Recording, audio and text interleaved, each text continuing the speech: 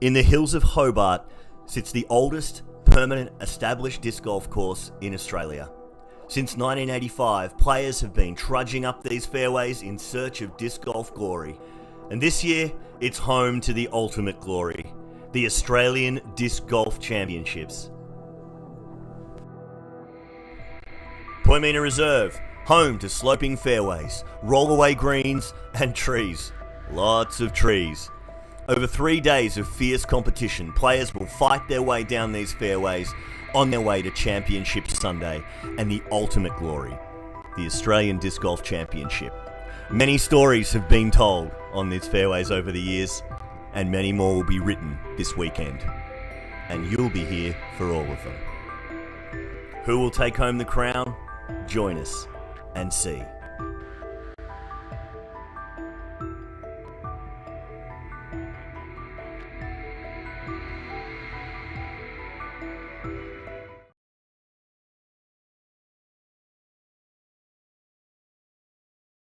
Hello to our tens and tens of viewers. You're watching day 2 of the Australian Disc Golf Championships, brought to you by RPM and powered by Disconnection, if you couldn't tell by the staunch advertising campaign yesterday.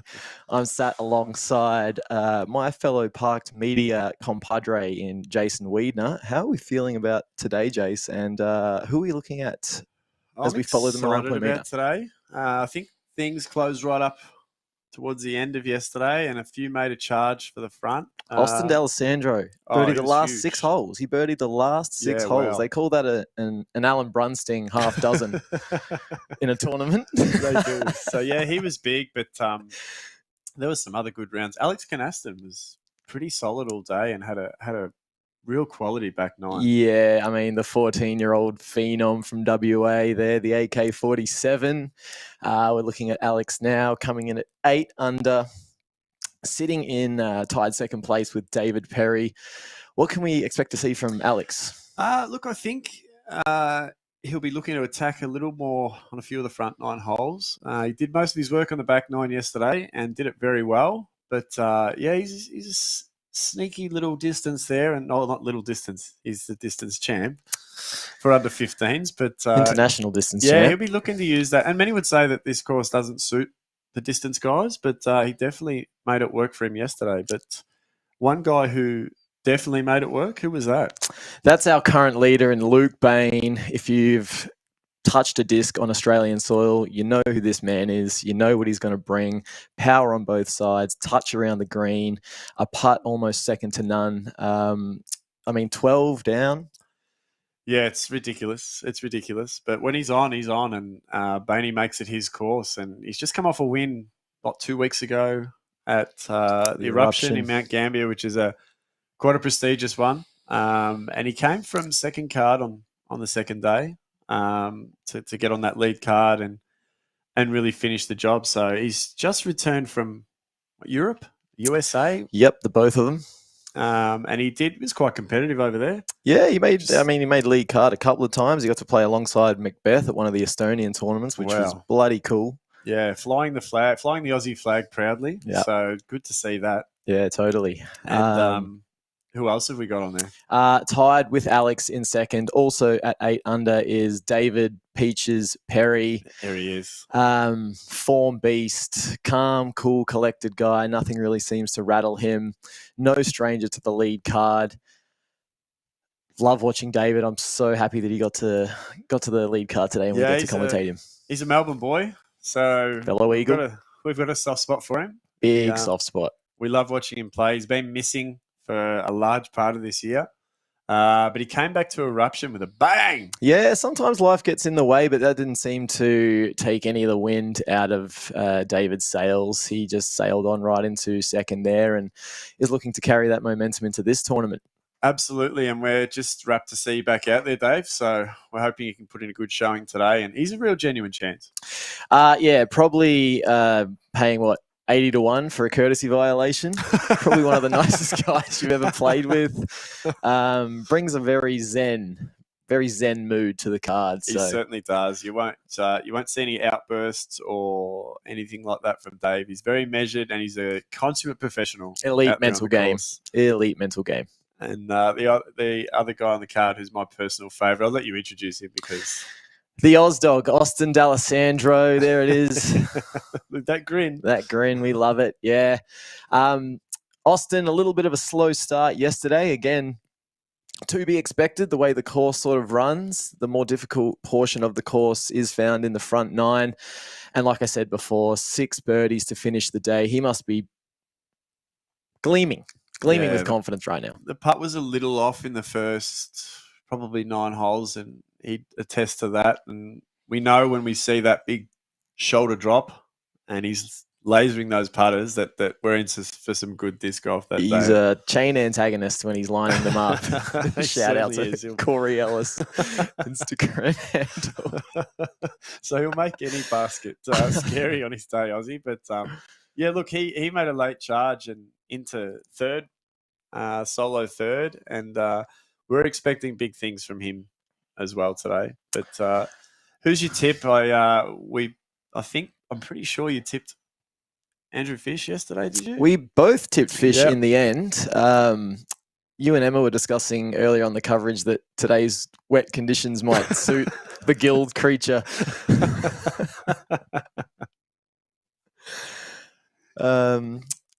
Yeah, so no, my tip is for Bainey to continue. I think the better players only elevate themselves when the conditions become tougher. They really show that, they are the most tuned into their game and they don't let the external factors affect them as much.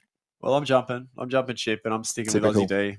I think Aussie D can put in a big one today, and it'll depend on what colour shorts he's wearing because that tells the story. But we're always excited to see. But I haven't noticed that, but okay. Without waiting any further, let's jump into the hole 1 flyover and see what the guys are dealing with here. All right, so we're opening up with a par 4. As I said yesterday, one of my favourite par 4s in the country to play. You're only throwing 200 metres from an elevated basket, so distance, no issue for these 4 gentlemen. You want to get to the mouth where the drone's flying right about now, ideally for a straight up shot, pinning at the target. Obviously staying out of the pretty dense rough left and right. Tapping in for your birdie at the end there. It's forehand off the tee if they want, power hyzer, backhand turnover, and then if you set yourself up well enough at the mouth, it's whatever you feel comfortable with throwing most straight. Yeah, just trying to stay out of the rubbish on either side, basically. We've seen a couple of the FPO players got in there this morning and just, a couple more pitching out and that sort of thing. So it can sort of make you score on the hole a lot higher and get you off to a tough start. So the tougher holes do seem to be at the start of the course for this particular layout. Mm-hmm. So as we cross now to the tee pad, just a couple of minutes away, but just trying to get a read on whether that rain stopped or not. By the way that they're all sort of huddling under that tarp, I'm going to say no, but hopefully it dries up a little bit for them. We saw a couple of ladies this morning, particularly Tosh, who didn't have someone to handle the brolly for her. She was pretty soaked by the end of it all, but what a trooper. That was absolutely. That was a huge performance. She did, and she 3 hours in that. Landed a couple right at the end there, but she just was playing some really clean disc golf. Yeah, it was good. It was a good watch. Kyle, our cameraman, ended up quite wet too. And muddy. I'll be waiting to hear the story behind that, but he did have mud down one side of his big body. Brown streak that we hope was mud down one leg. So he's another trooper, him and Ash out there doing the hard yards on the field. Thanks to our Park Media brothers there on the cameras. Obviously, none of this would be possible without the angles they're capturing. So you guys make our job remarkably simple. Thank you. And we look forward to seeing what you've got for us in the next 2 or 3 hours. And Aussie's got the pants on. That is rare. That could be a whole new angle for us today. A very dull colour by his standards. Yeah. He's looking more Chris Scott than Austin D'Alessandro today. Shout out to a fellow Melbourne Eagle. Yep, absolutely. We'll just round up the rest of the top 10. Coming in at 5th, 6 under, tied. 3 young guns, Ryan Hart, Leo Dykes and Ryan Deere. Tied for 8th, we've got our tip, Fish. Andrew Fish. Who's already birdied the hole we're looking at right now, so nice start for the fisherman. Yep. Tied with him in 8th is also Tim Bowen. And then rounding out the top 10, we've got Dylan, #the return Feldman, and a player I'm not familiar with, Jackson Sullivan. Okay. Got any anything on Jackson Sullivan in the top 10 there? No, I'll work on something though. Maybe Emma can help us out. She's all around the Australian disc golf scene, one of the most popular ladies we have in Australian disc golf. Part of the hardworking team in the commentary box. Yeah. Did it with a smile today, despite a few bevies at the Christmas party last night. It's going to rain itself all out today. Well, the thing about It wasn't meant to rain this morning, and it fucking I know. down most of it. the wind forecast so far, it's been like almost. So have we found out anything about Jackson Sullivan? We have. Where's he from? God bless you, Emma. Jackson is a New Zealander. Ah, he's from over the Dutch. So he probably bags a few RPM discs. Can he push into the top 4? We don't know. We don't know anything about his game or how capable he is. We'll be keeping an eye on him though. Absolutely. Definitely. We'll keep you updated too, Jackson Sullivan. Yeah, the umbrellas are out there, so rain has not eased. Even Peaches has got the pants on, so Yeah, it's not too often he hides those muscular. hindquarters. We don't like it when he hides them from us, actually. No, we don't. Some have likened his hindquarters to Phar Lap recently. Yeah, I've heard that analogy. It's an interesting one. You're a racing fan. Is the comparison fair? To a point. To a point. The Paddy's really trying to get that off the ground, so we'll support him in that. Well, Paddy's on course right now, so he's definitely not thinking about horses. He's thinking about birdies. And we're running a little bit over time here. Conditions are going to play slow. Yeah, probably just waiting for clearance on hole 1, are we? Yep. Someone's having a yard sale out there. Maybe they do have bricks and mortar stores still, mate. He's got a little stall set up at the fairway of hole 1. Genius. Everyone passes there. Location. So. And not sure what that gentleman's doing. Oh, no, he's taking a photo. There you go. Circle 5 jersey on there. Yeah, Circle 5, one of our whole sponsors. Absolutely.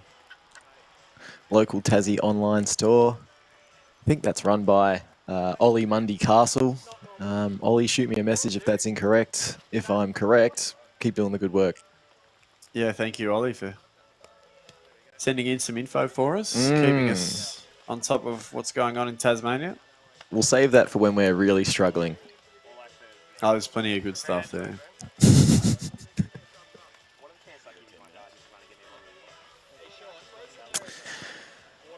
Okay, so just back to our boy Jackson Sullivan, who's probably getting a bit too much airtime, but he's rated 993. Wowzers. Yeah, Okay, right. so he's a gamer.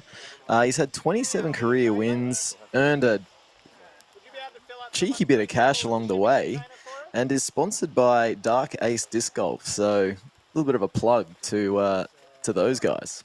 And showing how long we've been around, he won the Australian DGC back in 2017. Jason and I are quite new to the game. We're still learning. So congratulations on that win anyway, Jackson. Yeah, huge. So 5 obviously years. he's got what it takes to Knows- have an impact here. Knows how to win, which Yep. is very important in these kind of games. These Second highest rated player in New Zealand. Is that so? Yeah, It's a great stat. Yeah, he'd be looking to push himself up the top 10. Absolutely. And still just a minor hold up here. Is it for photography or would they hold photography? No, They hold absolutely for not. Luke Bain wouldn't allow that. Speaking of Luke Bain, just having a look at his scorecard yesterday, we're just going to remind everybody that the man hasn't shot a bogey this tournament.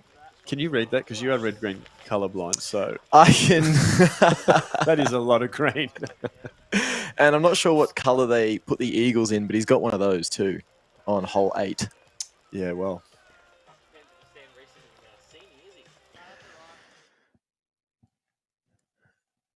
And Dave there with a pretty aggressive round with lots of birdies in it too. Pretty solid throughout from what I can see. Yeah, only the 2 bogeys, which is very, very good on a course full of unpredictability. Alex, we've spoken about some Disc Golf Warehouse, Luke Bain. And we're ready to tee off now. Thank God. Stretching us thin there as Here he Luke is. Bain steps up to the Highest tee. rated Australian player. We didn't see his round yesterday, but he's opting with the forehand. Could be the safer play in the wet.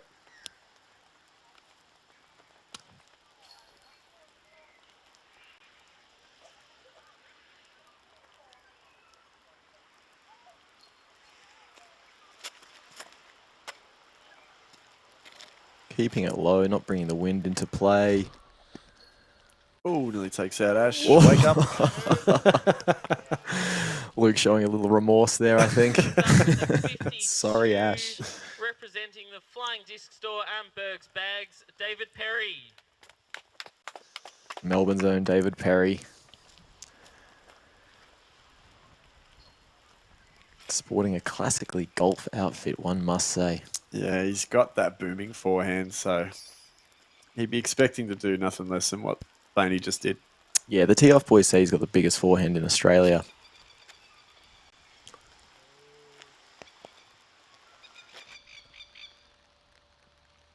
Just effortless. Yep, about as smooth as you can get, isn't it? Yep, that's about 110, I'd say. Pure hyzer. And here's the assault rifle. He named him the AK-47. And I'm sure he's been reloaded overnight. Yeah, the magazine's full. The safety's off. Was that a little bit of a slip? I thought it was. It might be. Yeah, just forcing him not to turn it over a little bit there. But he's got a reasonable kick. Yeah, it's spat back out. I think the slip might have taken a little torque off the throw, meaning he didn't get the turn that he was intending. It'll be interesting to see what he elects to do from there. And the announcer announcing in Oz Dog, Jace's tips to fire to the front today. Oh, delicious. Look at that. High as a flip. That's still going. It just checks up in that longer grass Yeah, there. but what a beautiful shot. to So start. straight over such a distance. He's got a forehand too, Aussie. So interesting he went with the backhand there. I think when you've got that shot in your arsenal, though. I think you mentioned it yesterday. He's got a huge forehand and controls it well, but only really plays it when he feels the need to. Yep, I agree with that. He doesn't get vain with it. So, hole sponsor for this hole. Done a mountain of work for this tournament, as we previously said. RPM Discs. And sponsor of the tournament as well. Yeah, major sponsor. And as I said yesterday, a huge deal across Australia and New Zealand. When I first got into disc golf, I discovered the game in Canada and went to multiple shops there. And they were stocking RPM discs on the other side of the world. So they've clearly made their mark on international disc golf. Yeah, keep up the good work, RPM, and keep sponsoring our events. And our players. Definitely. I bag a Kia. My favourite RPM disc, hands down, in the atomic plastic. Yeah, I bag a Ruru. What's that? I don't know what that is. It's just approach putter. Oh, yeah. I've also got a P Waka Waka, one of Melbourne Disc Golf's president Jeff Brunsting's favourite discs. Yes. A very flippy 6-speed. He does love them. Yeah, great for the lower arm speeds and turning over a backhand high as a flip. Anyway, enough about my game. Back to Alex.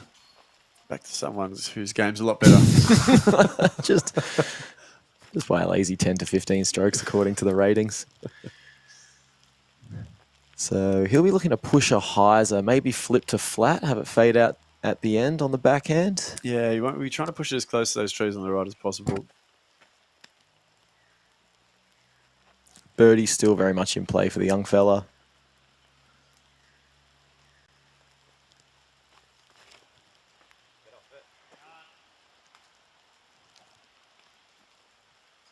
Just pushed it a little too far right there.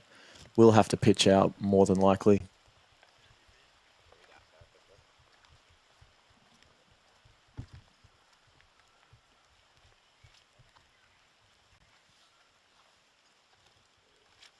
Dave with a straight look at it, which is his strength. Just going straight at it, isn't it? Yeah, look, he'll be looking to score here. He didn't get the birdie on it yesterday.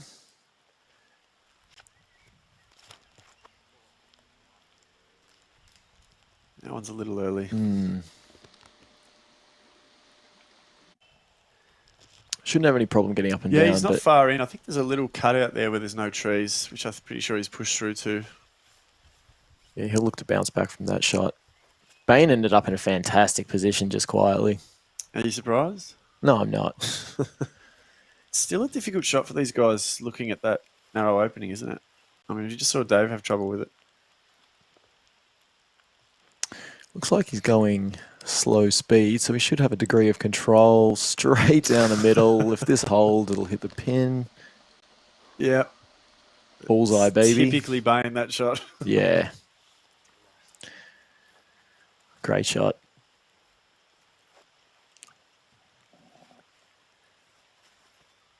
As we see Aussie with the brolly out there. We can't see the rain from where we're sitting, but the fact that he's protecting himself and his bag quite diligently implies it is quite wet.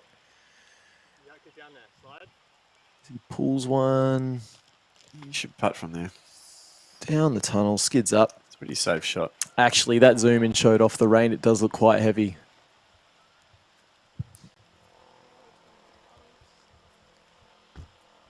Take a look at the flags on top of the basket to get a gauge of the wind. Doesn't look like there's been too much wind affecting those previous drives, though, so maybe they're just contending with the rain today. What do you prefer, wind or rain, if you had to choose one? Probably rain. Really? Yeah, probably rain. Oh, no, actually, that's not true. I would have preferred a little bit more time to think about that question, to be honest. Definitely wind. Thank Sorry, you. mate. Sorry, It's mate. a no-brainer. Yeah, I was going to say. Yeah, rain's just crap. It's just everything. Well, Emma and I were touching on it this morning, how difficult it looked for the women out there in the FPO. It's just so much more to do. Exactly. It slows you down and it varies your processes and your routines so much. I forget chalk bags and minis and your umbrella's flying away, and it's just a pain in the butt. Not a good thing for poorly organised people such as you and me. Rumours of my organisation are greatly exaggerated, Jason. Or lack thereof. I am a high school teacher at an elite Catholic school. It's Dave with a beautiful upshot there. Simple putt for him. Yeah, nothing unexpected there.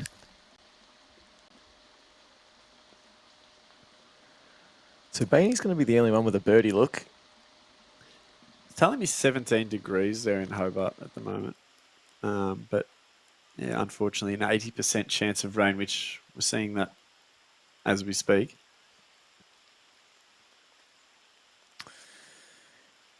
Oh, first Forehand roller. flick roller we've seen on coverage this weekend. Oh, no. Oh. Can someone tell me what that shot was, please? Was that like a scuba?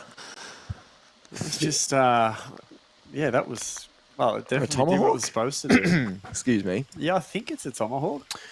I think it was a tomahawk with a really flippy disc, so it landed flat. Upside down. Very cool shot. The AK-47, diversifying. Oh, no, he's got a birdie look here. Ooh, was on target. Long birdie look.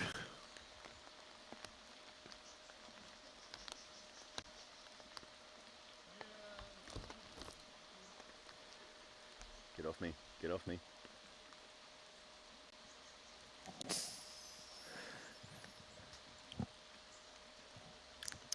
So Bainey's got birdie putt here. Look at our man Kyle there. He's got the wet weather gear on today. He switched to the trackies. With the jacket. I hope he had time for a shower.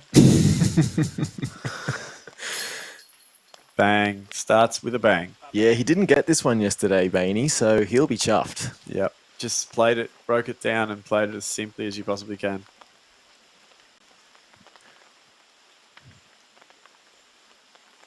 As Alex, after that quirky overhand shot, putts in for his par.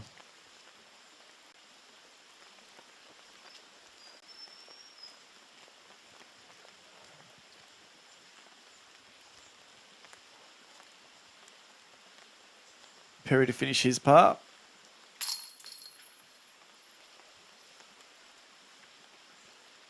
As the players are about to embark on a nice little nature walk. Yeah, nice bush trail. I think we coined it Bush yesterday, didn't we? trail. Bush trail, plenty of native flora, but yeah, until then, we'll go away for a short break and we'll come back with hole 2 straight after. This connection is about supporting Australian players, seasoned and up and coming. I have a fantastic team of players that help contribute to an amazing support network. Outside of our online and physical store, you'll also see us supporting events such as the Perth Open.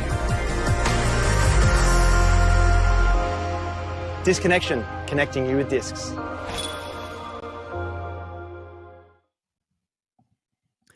Straight into the hole 2 flyover as we push out past this Mando pole on the right.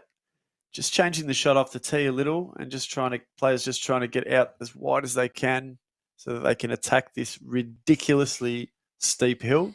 That only gets steeper as you up it. Yeah, and we climb to the narrow opening here with a little shielded, protected sort of basket there at the back. But yeah, was it fairly scoreable hole yesterday? Or Yeah, it was. I mean, for the power players, the hole only measures in at 207 meters. Yes, the uphill is brutal. We saw Blake Houston eagle it. All 4 of these players have Blake Houston-esque power. I'm expecting to see a couple of birdies here, Jace. Yeah, I have a feeling Dylan Feldman might have eagled it as well. Or was that another hole I'm thinking of? Oh, I don't have the scores in front of me, but well within his capacity. Yep. Yeah, certainly. So just getting off the tee and around that Mando and just out as wide is what you'll be seeing him trying to do. Mm-hmm. And just looking back at the scores yesterday, we see that our 2 leaders, Luke and David, both got the 4 on this hole. So they'll be looking to carry that scoring over to today's round, of course. Yep, my mistake. It was the next hole that Dylan Feldman eagled, actually. Yeah, that would be the par 4, 140 meters. Pretty Good to see him scoreable. back, isn't it? Dylan Feldman, absolutely. He's such a cool energy around the scene and definitely one of our best up-and-comers. Yeah, he's been off for some time, so it's good to see him back. Yeah. Hole 2 is sponsored by, and we haven't given a shout-out to these guys, Astonishing, given how much shouting out we've been doing. the Granada Tavern. The Granada Tavern. Which I haven't got a lot of info on, but I will. I'm assuming it's a pub in their local area. It's fairly close. And possibly, I don't want to say too much, but maybe even hosted a gathering or something disc golf related. So Yeah, I dare say a few disc golfers would have got down there last night and fueled the local economy. for a Palmer, Maybe I don't know what they call it in Tasmania, actually. It might be something else. Palmy. Could somebody maybe hit the Yeah, let us comments? know. I just want to know if they call it Palmy or the right name Palmer. It's a very divisive topic in Australia, isn't it? What do we shorten a Parmigiana to? Yep. But yeah, cheers to Granada Tavern for getting involved. And like we always say, the more that get involved, the easier events like this become.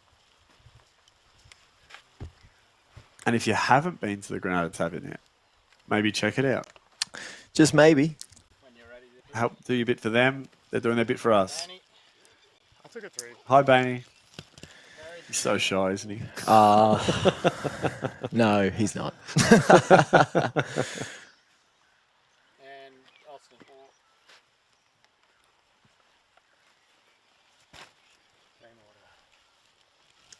Aussie with the $12 Bunnings special there, the brolly. 80% of Australian disc golfers have the Bunnings brolly, myself included.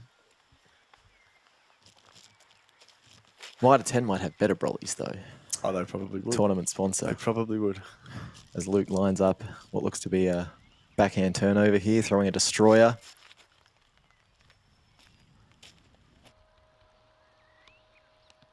And that's the shot we're talking about.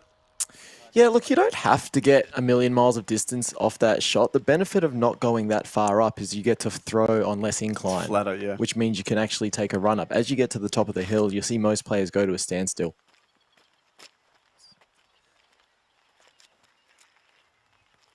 Looking to see a lot of power going to this disc.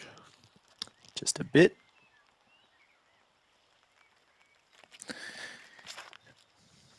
Oh, David. Takes a tighter line. Oh, that is crushed. Yep, That knows is how to something. throw. Knows how to throw that beast. That He's not worried about getting out wide. I'll just Yeah. go straight next to the tree. I think that's a disc he's just started throwing to the Champ Beast. I think it's something like a 14 speed. A disc I'll never throw in my lifetime. As we see Alex. Yep. Is he going Makes to... it close as well. Yep, turns it enough. Very straight. Yeah, so pinching off a bit of distance in the hole by going that way. Obviously a bit more of a risk factor, but these guys are good enough. As Aussie tests it. Just had enough Oh. turn. Lands it flat. Yep. Doesn't have a lot of incline to deal That's what he with. does. It's the entertainment value.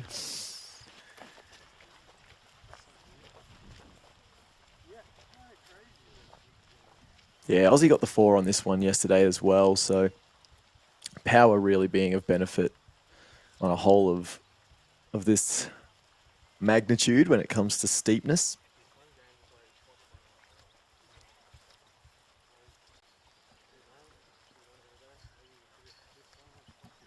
Sorry, a beast is only a 10 speed. That's a long way to throw a 10 speed, David. Stop that. It's demoralizing for guys like us. So we got an update. The MA1 guys that are out there slinging them at the moment in the rain as well. Currently stands the leaderboard. Tom Lee, or Bruce, as he affectionately known. I hope so. That's great. Tom Lee's in the lead. It's 3 down. Yes, that 2 is down today. brother of FPO player Sarah Lee, if you tuned in earlier. And Park Media Communications. Correspondent Yep. Sarah Lee, yeah. Just doesn't stop. Jack Sophonius with a 1 down today through 12. Now He's that's also on 3 down. That's a new name to me, Jack Sophonius. He's hailing from Redcliffe, Queensland. He'd be happy they got the new rugby league team. Absolutely. That's what he'd be thinking about right now. Go That's for sure. Dolphins. He would have been campaigning for it for years.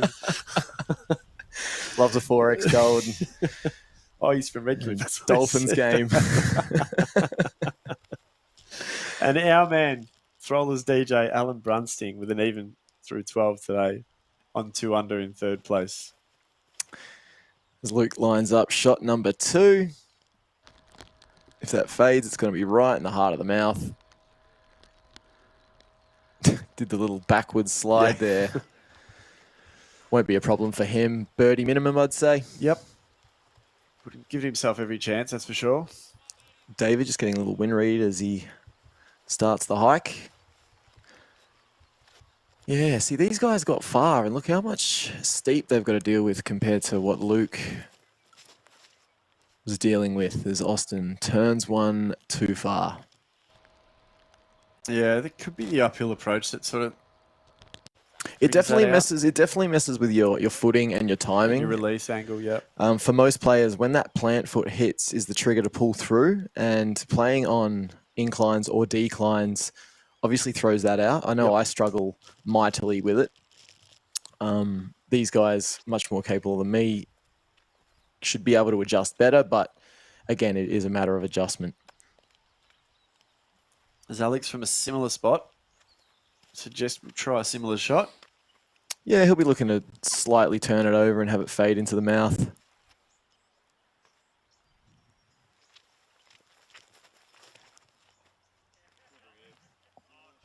I like it. Yeah, it's looking good.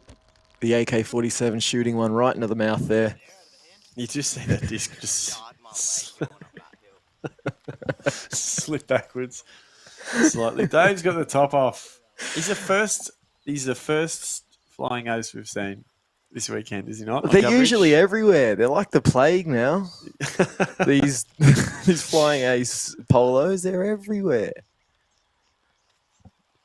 Yeah, usually there's quite an army of flying aces or a squadron. Would you call it? Yeah, a flying squadron, absolutely. An armada. Turn around. Battalion. Howdy, Hi, Dave. We are talking about you and your clothes.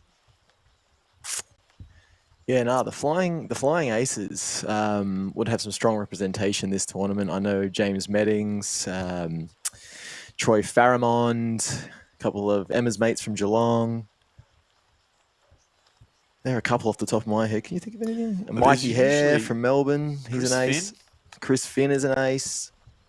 There's a lot of them. Usually all in your face. The Webbers. Are the Webbers there? Possibly. They were there last weekend. Alan Mayampar is one, but I don't think he made the trip. Shout out to our boy Alan. Last weekend he did, Yep. We know you're watching Alan. So, he played last weekend, did he? He did.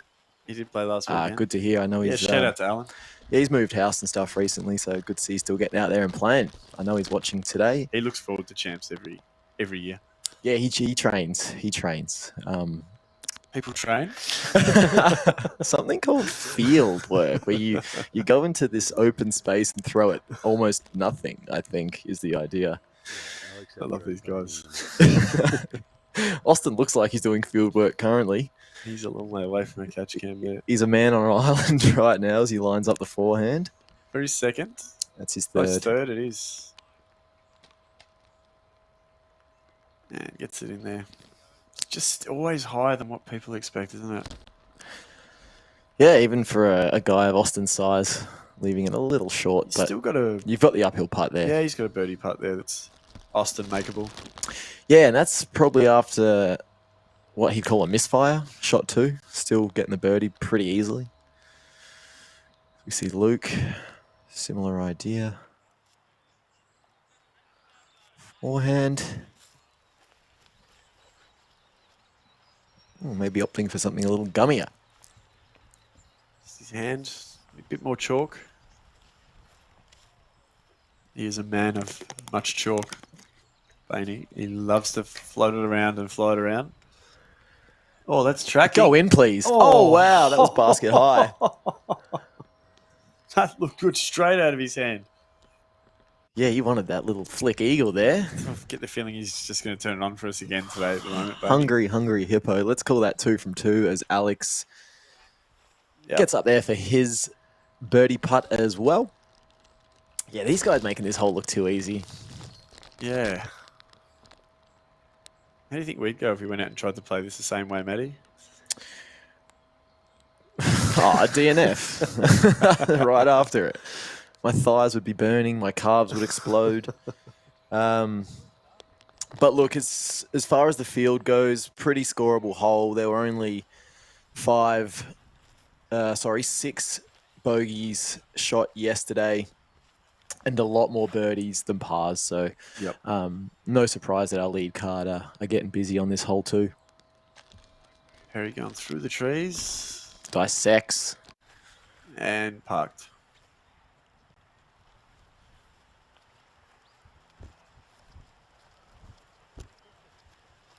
Just look at that angle they're walking on. It's like a Michael Jackson film clip, doesn't it?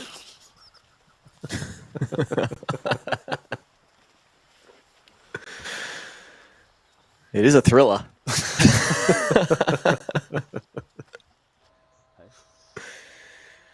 Chris Saxby just reached out to me on Instagram. Maybe he meant to reach out to you after the lip service you gave him in the FPO coverage. Ear bashing. Oh, Aussie misses. That was for birdie. Oh, he's not happy.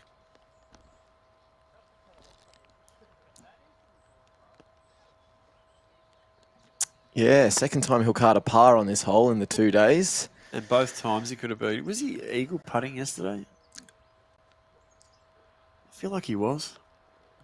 Yeah, someone And did he go. turned it into a par, or One of the players did go from an eagle to a par, yeah. Bainey makes no mistake. It's 2 from 2 for Luke. Yeah. Can't have a better start than that. He could have got an eagle, I guess. Sorry to refute. Myself wide open for that one. sorry to refute your point instantly and simply. Argumentative Matthew Farina.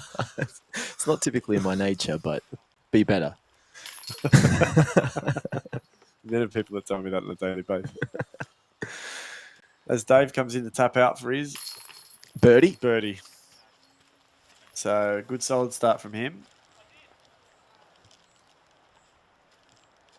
And that's hole 2 over. So that's probably one of the more harder sort of physically holes to deal with. Good to get it out of the way early for sure. Absolutely. So a little bit of a walk and then on to hole 3, which is everyone's worst. So we'll see that soon. Yep. Hey, my name's Reece Valios and I'm the founder of Disconnection. So I've been playing disc golf for about 10 years and the sport's done so much for me, and Disconnection is a way of me trying to grow the sport here in Australia. Our primary focus is keeping disc golf sales local, and this was the original reason for me creating Disconnection. Our goal is to grow and stock as many discs as possible so that players can buy them locally. Disconnection, connecting you with discs.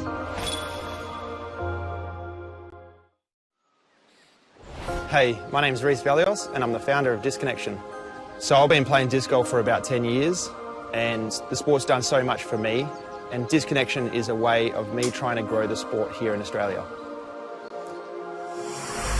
I come from a family of disc golfers. Both my father and my brothers play disc golf, and my oldest brother owns Pinelines Disc Golf Course here in Perth. Our primary focus is keeping disc golf sales local, and this was the original reason for me creating Disconnection.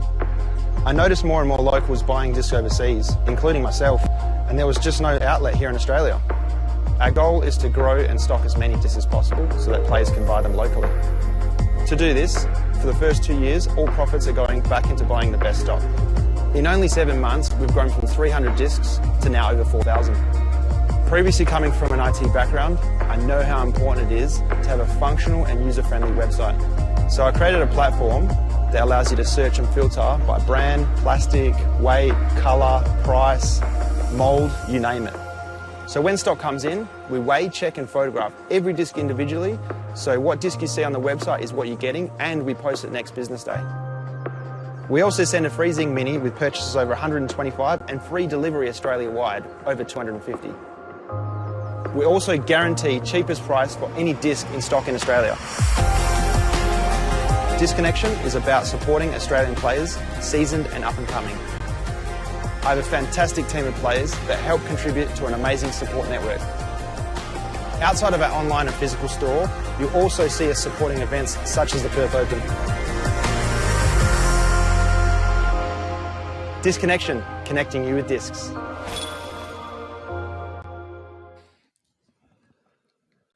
Hole 3, Matty, what have we got? Yeah, we've got a very short par 4 measuring at 109 metres. Players will be looking to get out of the gap either with a low turning backhand or, as we saw Fish do yesterday, a Sky Anheuser. Backhand is preferred so it can crash into this left to right sloping hill. Once you're out of the gap, it's just about navigating those trees. Where we first saw our boy Atticus Coleman yesterday, a.k.a. Addison, what did I say? Atticus. I'm still messing up all my A names. Sorry, Addison Coleman, aka Red Foo. Red Foo, we coined him, and we've decided we're going to follow him through the event. Yeah, we're following him today. He'd be playing right now, so definitely not listening to us. What's he doing? What's Addison He's Coleman even today, through 7. Very tidy round in these conditions, as we see our boys there. So, Bainey pops a very patterned umbrella there. Definitely not a Bunnings job, that one. That might be a Mitre 10 umbrella. I think that's a sponsor's umbrella. It's the same one he was rocking at Eruption. It's an Innova umbrella, I believe. Oh, the cameraman is on it. Look at that. Thank you very much. It's a party shirt. Oh, with little disc golf baskets on it. That's cool. Yeah, I don't think you can get a bigger umbrella than that, to be honest. Could house a small community.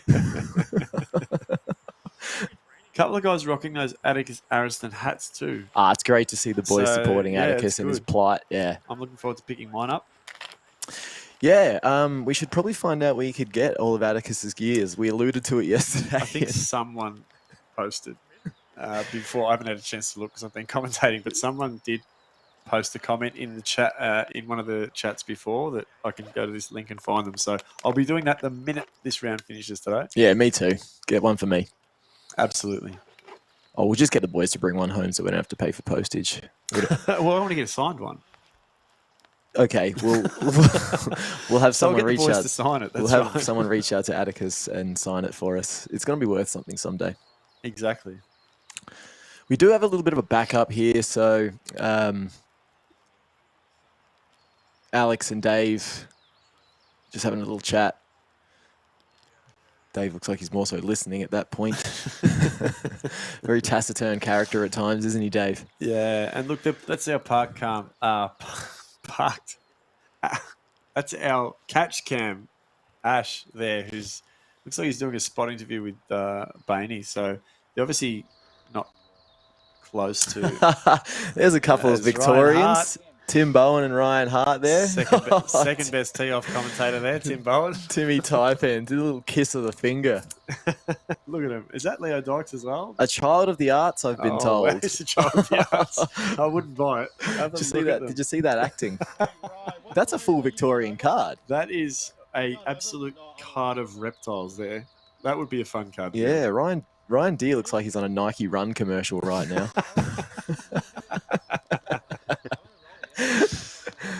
Yeah, it looks like a lot of fun. Ryan Hart too. He's got 2 Geelong, 2 Melbourne boys. Yeah, and Tim just smiling as always. He's gonna get lots of wrinkles when he's older. He's just constantly ear to ear grin.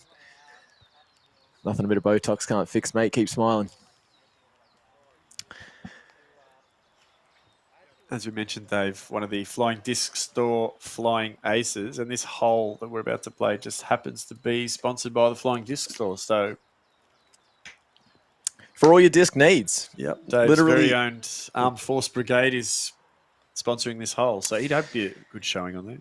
Yeah, Dave's always got a little bit of an entourage, doesn't he? I mean, do you blame him? No, he's a superstar. He's a humble man too, Dave Perry, and I think that's why everyone gravitates towards him. Yeah, he emanates a warmth that a lot of people of that level may not. As we see Ryan Hart. So this is the card ahead of lead card here. Called the fish line. Oh, he's Urging smacked to into go. a tree there. Great camera work. Props, Kyle.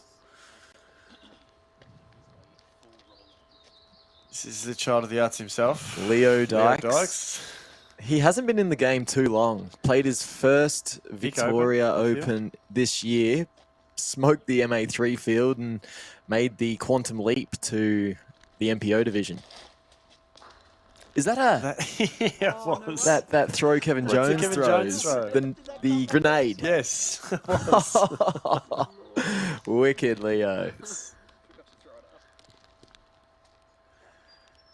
As Leo Dykes' best mate, Ryan Deere, they'd be stoked to be playing together, wouldn't they? Absolutely. Maybe something a little more traditional out of Ryan here. Oh, look at the turn on that. Was that his magnet? Oh, that was on a rope. Oh, that is how you... that's a disc golf shot. That is a great shot. As Taipan Timmy... Taipan Tim, what's he?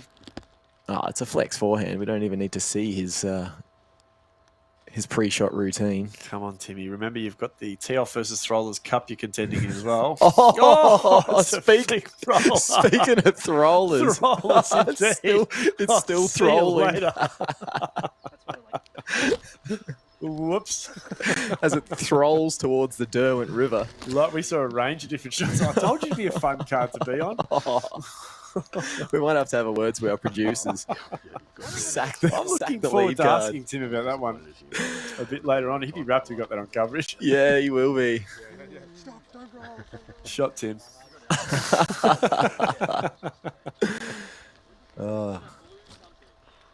The good part is we get to see him take his medicine and pitch out. because that went all of 15 metres. He's one of the good guys at disc golf, Tim. He likes to give it out and give a bit of trash, but he can take it just as well as anyone, and that's why I think he's good fun. Yeah, it's always awesome to see guys playing at a high level who can still not take themselves too seriously, knows when to get serious, but I think fun is first and foremost for Timmy Taipan. Within its specific times, and then outside of that, he's a business. He's all business, isn't he? Yeah, I mean, he's one guy that I like to cover on Park Media coverage because he's more than welcome to have a chat with you, hole to hole. He's just putting here to the middle of the good putt, Timmy. Was that a layup? Chain antagonist. Airballed it. We love nothing more than watching him do that, though, too. Yeah, Leo cut his hair. He might have. Thought he was rocking the man bun for a while there.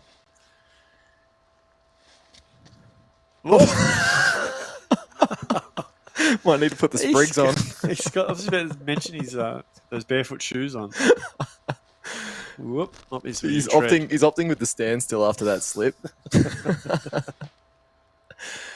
Was that a skip shot? I think it was. Oh, this card is loose.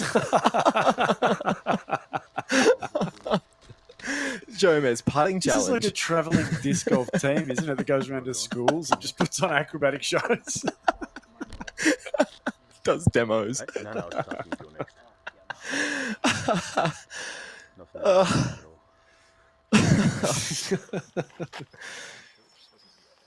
They haven't made it far.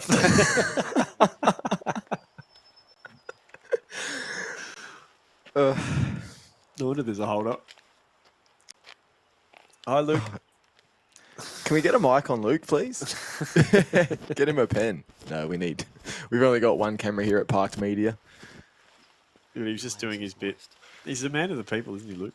What was he doing? A little puppeteering or something there? He was fixing our hair or something like that. So this is Australia's highest rated player, everybody. Doing some miming. Bit of Marcel Marceau inspired stuff there. It's so hard to clear that log and not go just across the fairway. Like scoot under that. Not as jovial as he was at start. But when he gets to the green, he'll be already putting He'll be back on. He's a good man. He hasn't shanked another one, has he? Oh, speaking of throwers, have a look. Is that The Alan? mad Mohawk himself, Alan Brunsting. Oh, it is too. Looking like something out of a Mad Max movie. A road warrior.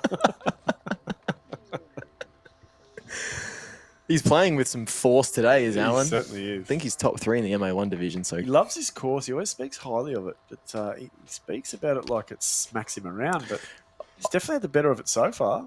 Tim will be very happy that Alan's taking the attention off what is his second putt out.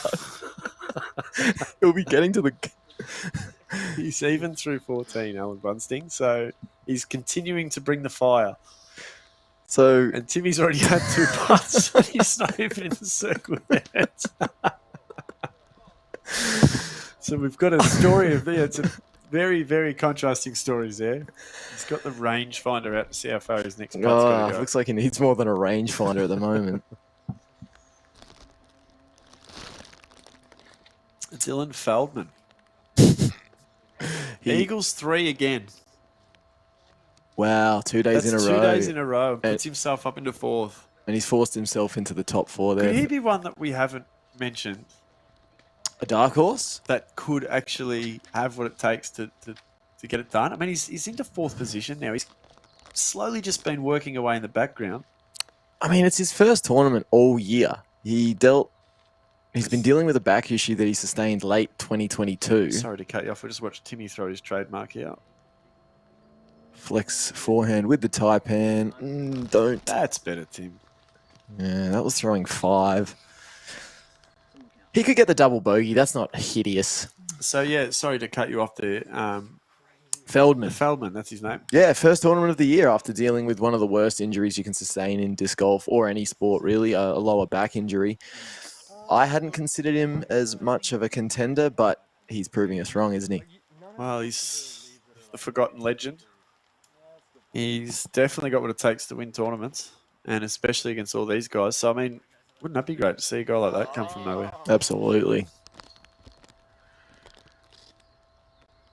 So 4 down through 3. So hopefully he can continue to charge. We might even be able to commentate him.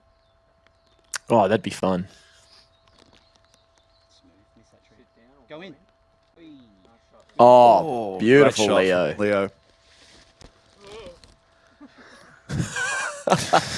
Just cannot keep his feet at the moment. If anyone out there with a size 10 shoe, Or a shoe sponsor he's looking for, I think. he's not doing himself any favors of acquiring a shoe sponsor with that kind of footing, but yeah, maybe Merrill. Ryan Deere is almost bored of watching everyone else throw after his peach of a drive.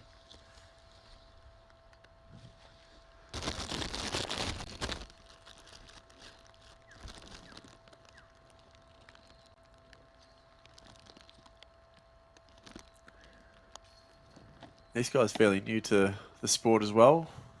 Matty, you've spent a bit of time with Ryan Deere. Yeah, he's a sprightly young lad. Doesn't mind a bit of chirp, but is definitely humble in ways. He's 19 years old, university student.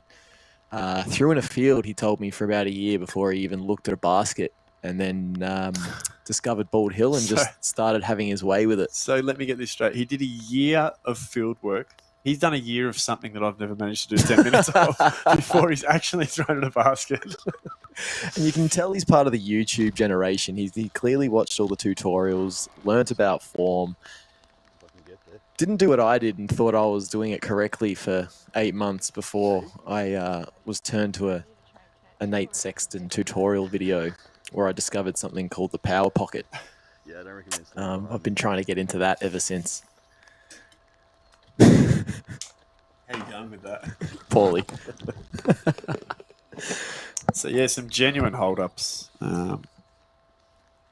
Today on the tunnel hole, for obvious reasons.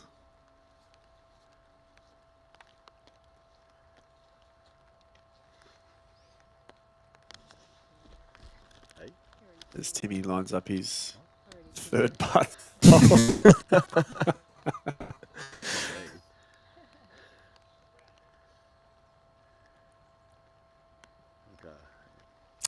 a cucumber going. And we might just watch Timmy putt this one out and then cut to a commercial. So we'll catch in a little bit, viewers.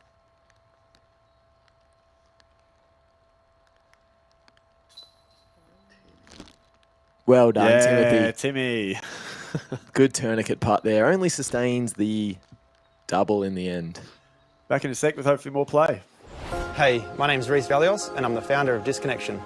So I've been playing disc golf for about 10 years and the sport's done so much for me, and Disconnection is a way of me trying to grow the sport here in Australia.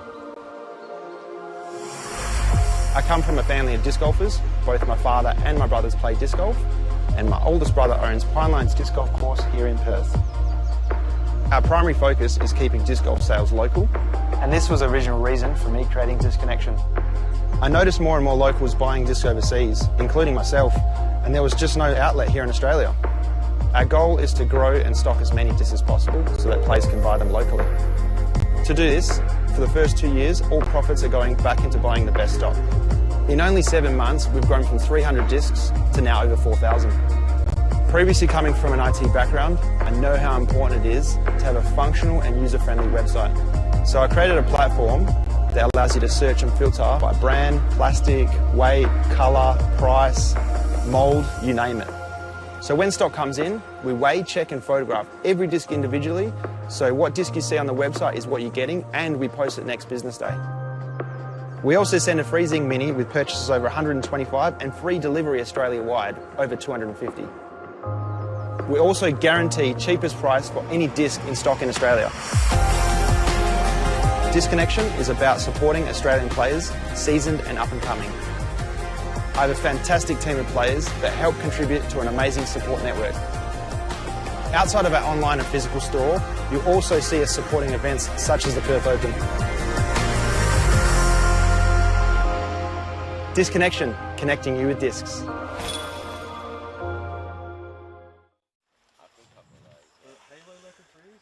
Back here at the tee pad of hole 3. And we do know for a fact that Tim Bowen has putted in. Yeah, finally. And looked like David Perry was just looking at where Timmy was putting from.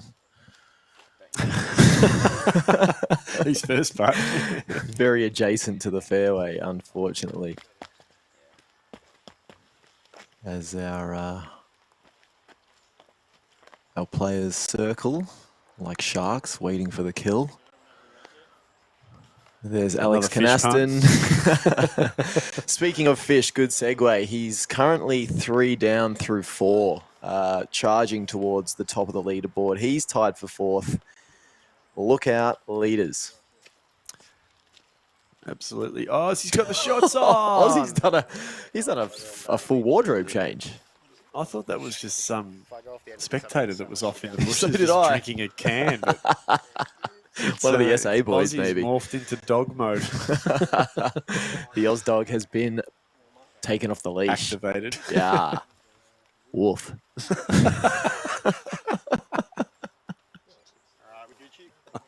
Just a singular wolf. As Bainey leads us off, we're ready. Thanks for sticking around, folks.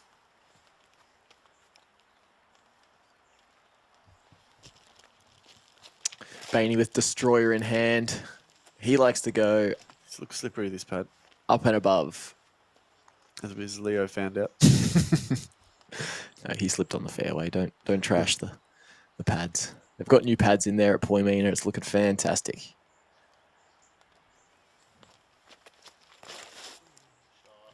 Over the top. Into the brightness of the sky. It's catch cam got that. Wonderful. Oh, yes, he's out. That'll be a simple approach from there. That's exactly what they're trying to do with that shot. Maddie, just get it out of the tunnel so they're not having to putt out of the trees like Timmy. Well, yeah, when you've got the power they do, it's simply the safer option. Speaking of power, we've got Perry here. That one looked like it went a bit further. Another mostly Innova throwing player, throwing his Destroyer. And that stops up at the gap. And it's probably about 10 metres further. Yeah, that must be pretty high up the hill because that looked quite flat Yeah, there. it was. Might have to deal with that bush. Let's see what Alex does here.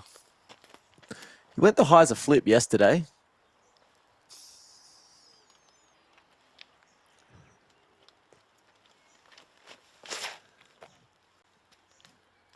And he goes the highs a flip again, catches some cabbage towards the end of the tunnel. Not sure how punished that was, but I think he'll still have a shot into the green. The dog steps up.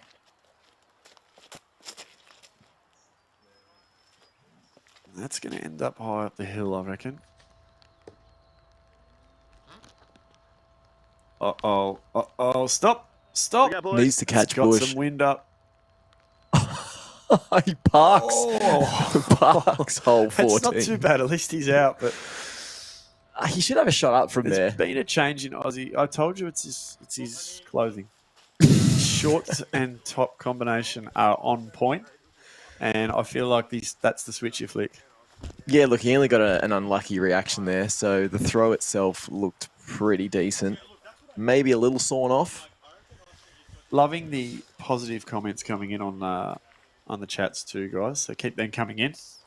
Yeah, look, it's a wet round. It's going to play a little slowly. We hope our ramblings don't turn off too many. Even if you're watching on silent, which you can't.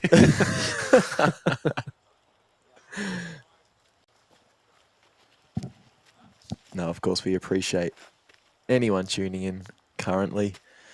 And Texas. So- We've got viewers in Texas.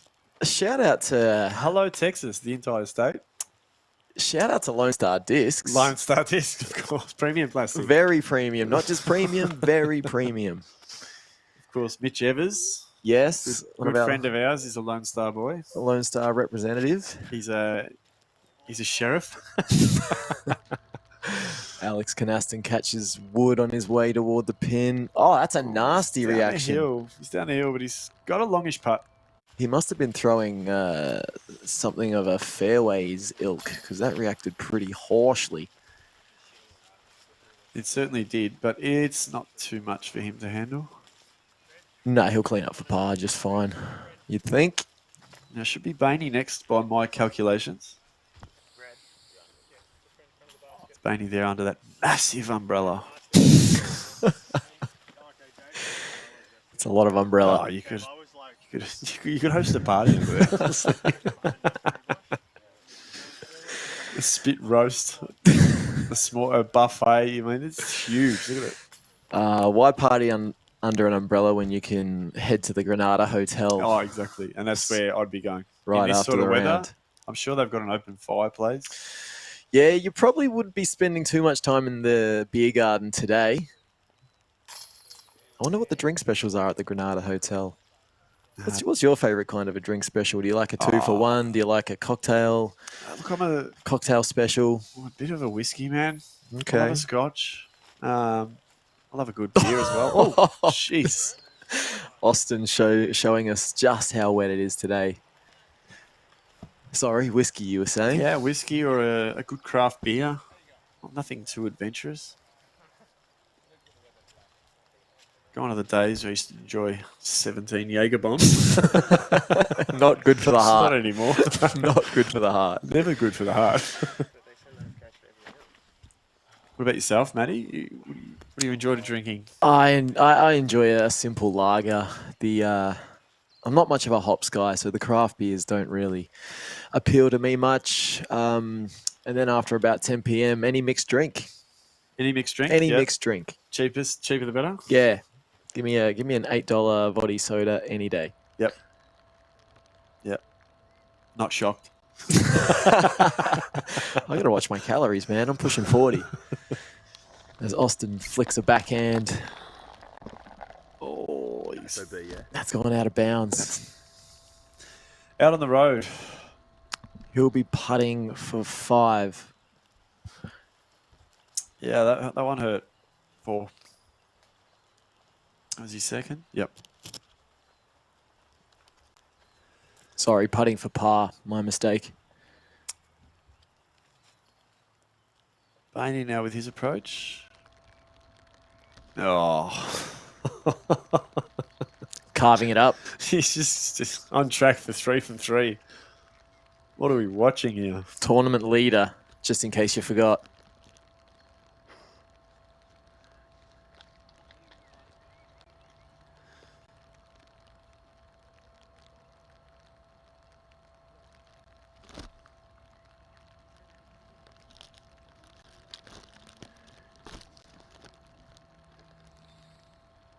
Oh, well.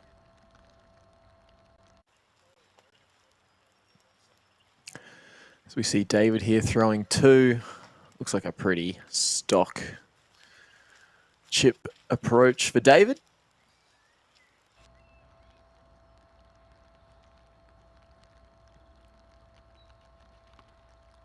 Looks like he has AVR X3 in hand. Good bit of ground play there. Great use Just of the gets slope. inside Bainey there. Just sends him a message, maybe. Still here. MP40. Checking in on those scores. What do you got for us, Jace? Way out in front. Aaron, and I hope I'm saying this correctly. Aaron Curell? Probably not, but let's go with it. He's 7 down. So 3 down through 11. That might be the hot round of That's the day across all divisions. 6. Oh, so he's 7 down for the tournament. It's the AK-47. Oh. Was that off the basket? No, just Off the rocks. to the left. So he's 3 down today, and he's 7 down for the tournament. But he's a 6-shot lead on Simon Feasy and Ryan Wowee. Johnson. Wow. So yeah, he's put the hammer down today, and is the only one under in his division. And he's 3 down. So yeah, big round from Aaron Curell. Someone's going to correct me on that, but phonetic spelling would be appreciated. Just in case you forgot where we're playing today, there's the Poimina carved into the stone. A signature feature of this court, as we see.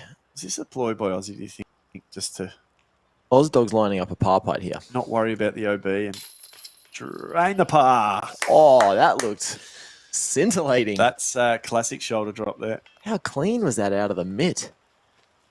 Yeah, we were worried, but he wasn't. Great par save as Alex does the same. And then our two leaders will tap in and increase that lead. Absolutely. Birdie, that's a turkey for Bainey. On fire early. And Dave's starting to put something together as well. Yeah, Dave's 2 birdies in a row. Dave's 2 from 3. 2 from 3. So things starting to go really well for our two leaders. Hole 4 on the other side of this break.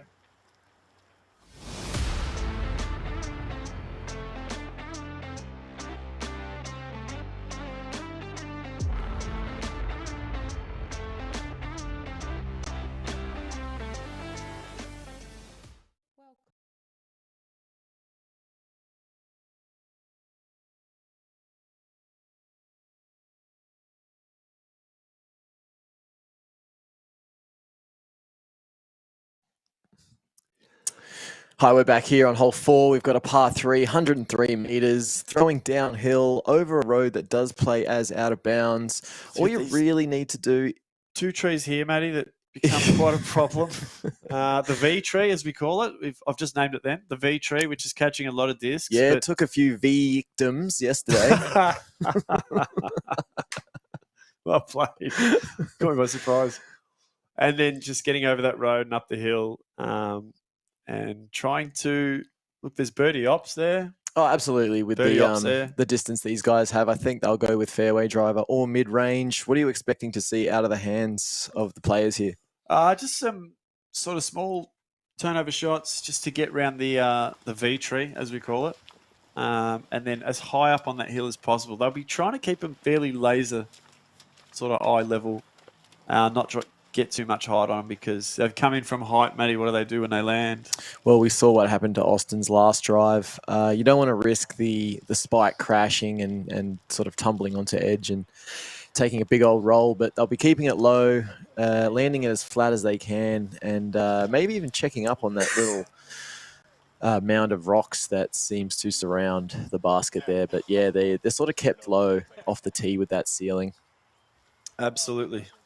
A couple of them did it well yesterday. Yeah, how'd they score on it yesterday? Tell me. Yeah, I'm the one with the scores, aren't I? Well, I can't do everything. No, you cannot. So we had Bainey card a par, Perry also getting the par, Alex Canaston also parred, and Aussie D will be looking to get some vengeance as he got the bogey. This is where I'm pretty sure he had a birdie putt. He 3-putted this one. And he 3-putted, yeah. So he'll be looking to sort of obviously do a lot better than that. It's Bainey just going through his pre-throw routine. Throwing his MD3 here. I think it'll just be a flat release out of the hand, looking to hold its line. Maintain its angle to the green. Shot gives you an idea of the rain there. It's teaming down. Oh, highs a flip. Beautiful. That's definitely missing the V tree. It's way away from the V tree. It's veered right away from it. Yeah, and he'll have the preferred uphill putt for birdie there. Great shot, Bainey.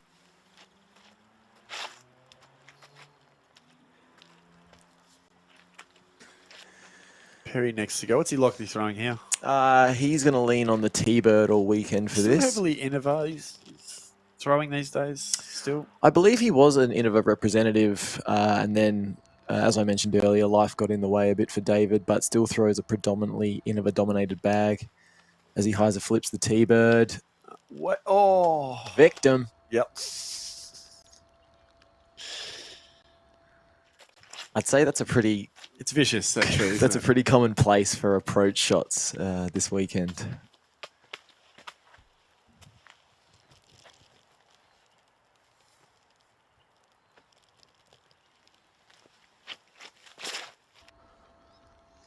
As Alex Highs a highs a flip flip. as well. Oh, wow. shot. Way. Drawing metal off the Yes. drive. Parks it. This kid is not going away. He is not going away. And don't you love an ace run that doesn't react too poorly? He'll still tap in the birdie with substantial ease. What a shot. Best shot we've seen on coverage this weekend. Aussie with a flat release, and he's caught a tree. And Let's just hope that sailed over the road so he doesn't get that penalty stroke. this hole, Matty, Hole 4, it's one of sponsor. our favourites. Let's It's give him. sponsored by one of our favourite sponsors, Who's that? Give me the. Cripps Master Bakery. Oh, okay. Now, I've done my research on Cripps. They've been baking since 1978. Sorry, let me start again. Cripps have been baking for Tasmanians since 1878. 1878. That's 1878. older than the AFL. It's a very, very, very old. So we're rapt to have them on board. And They're doing great things. just- They've got the classics. They've got your classic bread loaves. Probably your rye loaf. I'd that you're assume after. rye is one of the predominant. They've got your healthy choices menu with your healthy breads and stuff. So we're Your talking wraps, more brown bread, low GI, grain sustainable wraps, energy. wellness wraps, Oh well. spinach and herb wraps. So, I mean, there's something for everyone there. I mean, we're basically running on wraps this weekend. We are. Emma was. Emma's catered for us this weekend. she scabbed the wrap platter from her Christmas party, and the three of us sat there gorging ourselves on these party-sized wraps last night for Wraps dinner. and beer. It's doing well this weekend. Mhm. So, yeah. So, mate, they've got us covered, haven't they? I'll be considering Cripps's spinach and herb wraps the next time I cater for a party. That's They've for sure. got 2 outlets, so they're a big. They're an operation. They've Where got can we find them? Cripps South, 11 Swallow Parade, Glenorchy, Tasmania. Speaking of swallow, Aussie has to do so with his medicine here. No, he's getting aggressive. I thought he was closer than that. Oh, he saved that Ooh. to an extent. No, he had more room to work with there. My bad. And Cripps North, 11 Hobart Road, Kings Meadows, Tasmania, 7249. Open Monday to Friday, but close on a weekend. So get in there Monday to Friday. Yeah, get in there after your round. Bag a sanger. You never know when you're going to get hungry on course. I'm just going to keep looking while we're watching on everything else they've got because it looks tasty. I'm not sure David Perry would consume too many carbohydrates. Absolutely none. Absolutely none. His body fat wouldn't exceed anything above, I'd say, 2%. Probably. He's a serious operator though. Yeah, takes his health and well-being very seriously. Shows in his golf. Pushes that up there. Is it? Of course it is. Playing Skids. well, Dave. He hasn't really done a lot wrong so far. No, we haven't seen a mistake out of him. So he can go with Bainey here. And it was those two at the Eruption that were battling it out for most of the time as well. So they've got a bit of a history, these two. Yeah, over the last year or two, they've clearly separated themselves as the best two MPO players in Australia. We've had What about this dog? surges from. Let me get there. I'm not gonna discredit your man, Aussie D.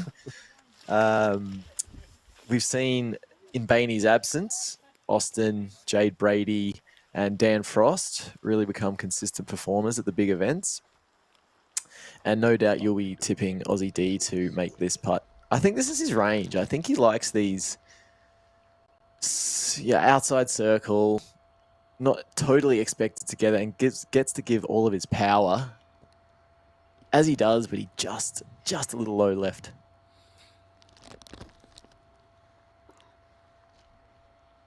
Just checking scores for the other MPO guys out. Fish. He's having a decent round. He's 3 down through 6. And up into equal 4th with Dylan Feldman. So Definitely the danger man we can't see. Definitely loving the wet conditions. The isn't he? fish? Yeah. Fish in water. Would you say he's made for it? He just brushed off his scales yesterday and just got back out there, didn't he? But let's check on our man. Addison Coleman's having a good round. He's one down. AKA Red Foo. Foo. We discovered him on hole 3, so we're on hole 4 now, but Bainey putts in for birdie. Birdie putt. He's perfect, guys. He's Wow. This is some sort of round. Four- And he's happy with it. Look at 4 him. from 4. 4 in a row. So yeah, Addison's having a good round, Red Foo. It's good to see that he's getting a bit more of a shuffle on today. Yeah, we expect big things out of him. So we hope we come across him in the broadcast too. If anyone out there knows Addison, please have him get around to the boys. We'd love to see him on camera again. Absolutely, some sort of interview or something. Oh, it'd be fantastic. Is that a 4 for Aussie? Austin's taken 2 bogeys in 2 days on this hole. I get the impression that Aussie's the kind of guy that builds personal vendettas against certain holes when they Yeah. best him. As Dave putts out his birdie. Am I and alone on Alex, Alex Canaston, we shouldn't go by without mentioning how good that birdie was and how clean. It was a ripping drive. So Really? well done, young fella. Hits the basket on the full Yeah, and they're scoring when they need to at the moment. So birdies. off to par 5 after a short break.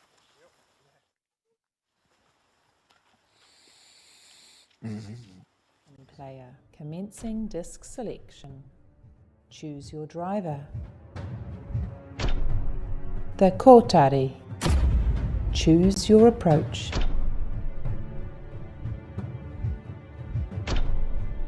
The Kia. Choose your putter. The Tui. Selection complete. Crips. Par 5 now, Matty. What are we dealing with here? It's a par 3, hole 5, 106 metres. Sorry. That's okay. Definitely not the easiest hole to score on the course. Wouldn't put it in the must-get basket. Most of these players will be looking to throw a backhand that turns over slightly. Main concern here will be the Mando pole that sits on the right of the fairway. Yeah, it's been getting in the way all weekend. And it's just in the line of the shots that the guys want to throw. So they try and go as close as they can to it. So hopefully these guys can avoid it. But once you're up there, it's pretty easy finishing off. It's not an overly challenging one. It's a hard birdie. Easy par is how I'd define it, as long as you're missing that Mando. Absolutely. Just looking at what the boys did on it yesterday, our 2 leaders birdied it. So they'll be looking to repeat that form as we see Bainey lining up. Bainey going for birdie number 5 in this round. He's going T-bird 3 off the tee. If that holds, that's going to be magnificent. Oh, this man has come to play. Oh. We could be witnessing something. He's not making it very exciting, Unbelievable. though, is he? Come on. Make a mistake. Give the other guys a chance. So the AK-47 jumps up to 2nd on the tee.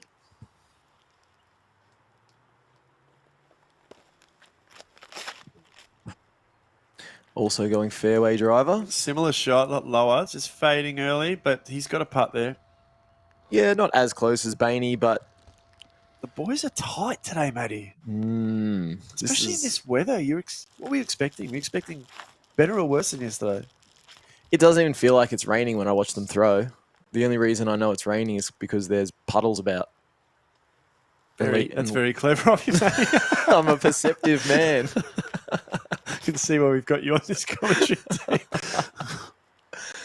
Ooh, David went with 2. Dave's up there, similar spot, just a little bit further away from Alex. Yeah, I don't think he'll be overly stoked with that. No, they're all putts. Hopefully Aussie can bounce back here.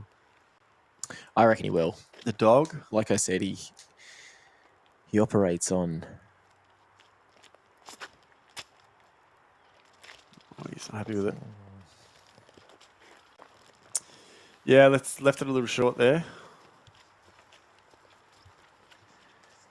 Yeah, just turn it over a little bit. He's usually a little more corrective after he makes a mistake on a hole, but should get up and down for his par pretty easily. So this hole is sponsored by local council, I'm assuming. Glenorchy Council. It's great to have councils on board, and you can't do a lot of these disc golf related events without the councils coming to the party. So thank you very much, Glenorchy Council, for jumping on board and sponsoring the event, sponsoring a hole, and just being receptive of it, I suppose.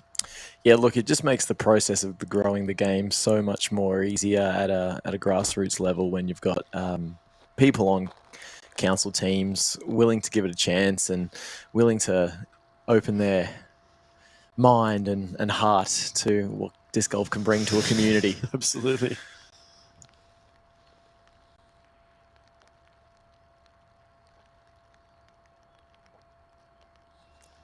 Fellow Eagle Darren Stace Smith on a hot round.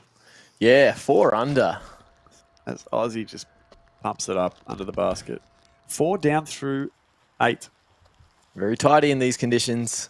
We've been waiting for this. We did call it this morning. I did my best to try and call it out of him. He caddied for Sarah Lee this morning. Did a wonderful job. So yeah, so he's already lapped the course. He's clearly warmed up. And another fellow Eagle. Aiden Howard. Aiden Howard. The Bald Hill Bully, as he's affectionately known. He's 5 down through 10. Has a backside like Serena Williams. Romper stomper. Yeah, no, good to see the Melbourne boys picking it up on day 2. As we see Mr. Perry. Has to give this putt a lot of loft. That flag looks like it's indicating a tailwind. Does give it the loft. Just a little lofty. He over lofted. Excess loft on that one. Excess loft. Too much sail. As Alex has a very similar putt here. Maybe he can correct off David's error. It is a lot of elevation there in that putt. Let's see what your assault rifle can do.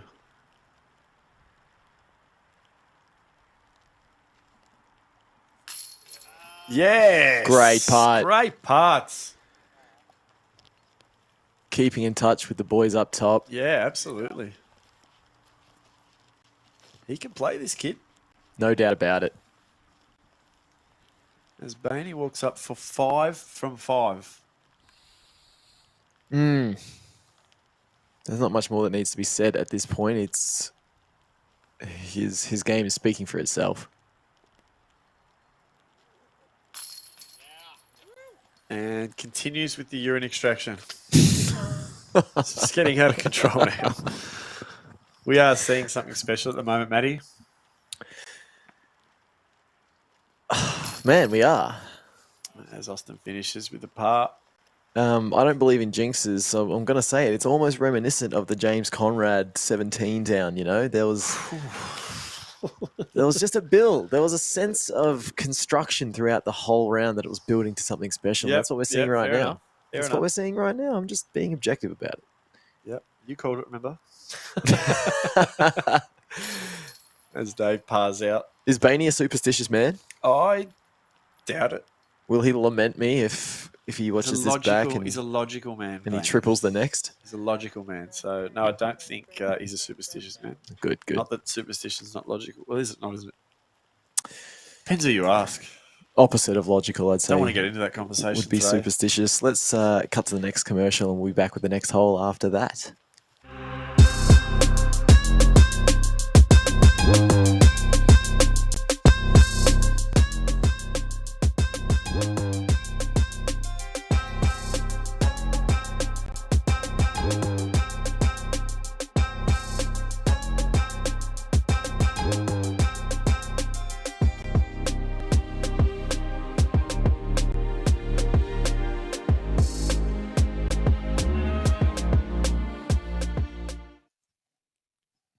And we're back now with hole 6. What are we looking at here, Jace? 112 metre par 3, sloping to the right. So there's a few trees out there that they want to try and avoid. And it's on the sort of crest of this hill or the backside of this hill next to these 2 big trees. It's a turnover shot, just avoiding trees and just trying to come in from the left. obviously goes without saying. We've got possibility of rollaways. Mm-hmm. So trying to keep them low and sort of come in at heel angle. Yeah, we Try and saw take that out. Atticus do it perfectly on yesterday's coverage, just sort of hyzer flipping a backhand, slightly moving it to the right and then coming in nice and softly, meeting that gradient as accurately as possible. The only real danger to avoid on this hole would be the asphalt road. I've done it again. The asphalt road, making an ass of myself just quietly. That runs the left-hand side of the fairway, and we also have the back of the green dropping off quite dramatically. You definitely don't want to overthrow this hole. Absolutely not. So it's 112 metres, so it's a decent hoik.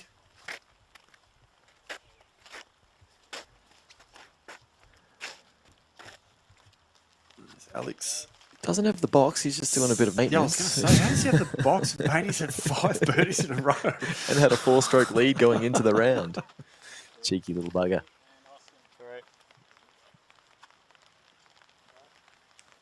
I know his sparring partner, Blake Houston, is renowned for the tee pad clear with the feet before each drive. Yeah, that's a Tim Bowen move too. He likes to get there and give it the kick. Just swipe away. It's a little precious, isn't it? Ah, yeah. No, I have slipped pretty hard on a tee pad once when it was a little too dirty, and I missed a lot of time with a sprained knee. So keep doing what you're doing, boys. No hate. No hate. Everyone's got their routines. As Bainey's ready to tee off. Can he go 6 from 6? Yeah, he's got the Thunderbird in hand. Oh, wow, he goes the wide hyzer line. Great work on the catch cam. Look at that coming in hot. Oh, yes. No reaction. Catch just outside circle. Oh, maybe a little more than just. A couple of metres. Do you see the blue line? That'll be his most challenging birdie putt yet. I think he's up for it. As Alex just goes a little harder on that tee pad there, making sure it's perfectly clear.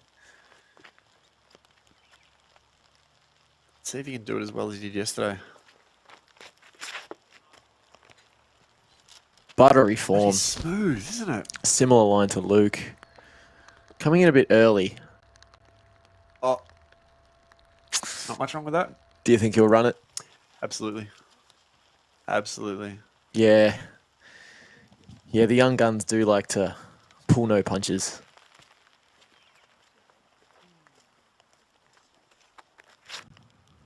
All going with a similar shot here. Yeah, Dave prefers the Halo Destroyer here, so a little faster than Luke, throwing the 9-speed. Maybe he just prefers something to come in nice and overstable. Looks like he's going the high hyzer line as well. He's got 4 arrows on his shoulder there. That's his rank, obviously, in the Flying Ace. We'll say he's a corporal. Corporal Perry, should we be calling him?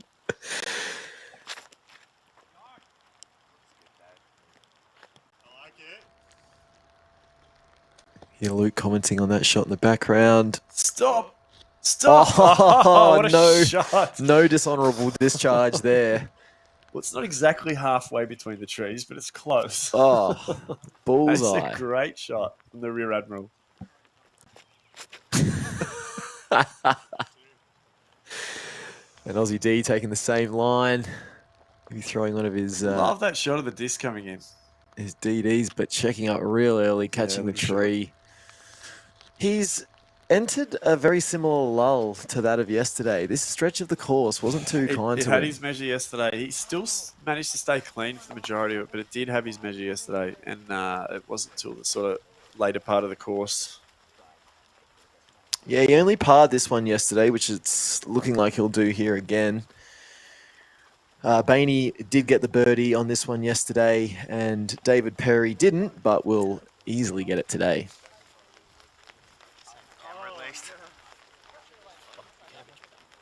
Hell yeah. Make it down, Jim.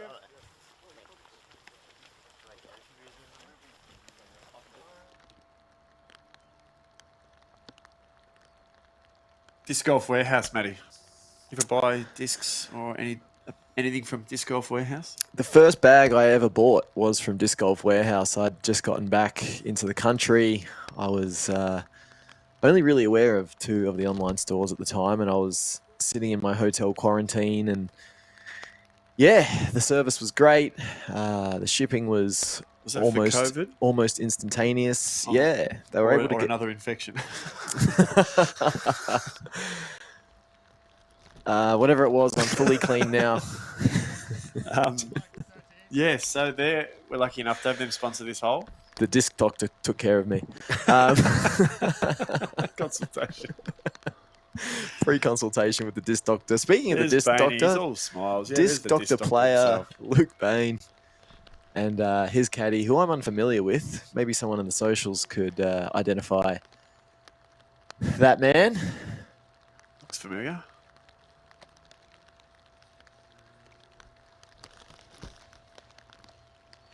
Okay. So Bainey for 6 from 6.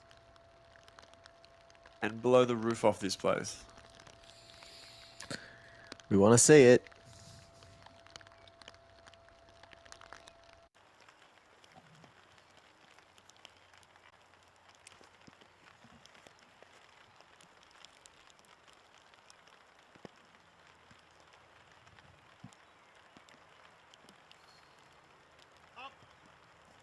Oh. Commentator's curse. Was it though? I've called it the last 4 holes as well. That was a long part. That was to keep that low because of the ceiling as well. So, Or maybe I did jinx him. The Conrad-esque 17 under. Still possible. Still on. Still It's possible. Still on. And it looks like he's running it here, AK. Oh. Told you he'd run it. Oh, that bounced and bobbled and checked up in the bush. He's got an uphill putt to come back with, so. Not an easy one, especially in the wet. Is this Aussie's third? Oh, I thought he was closer.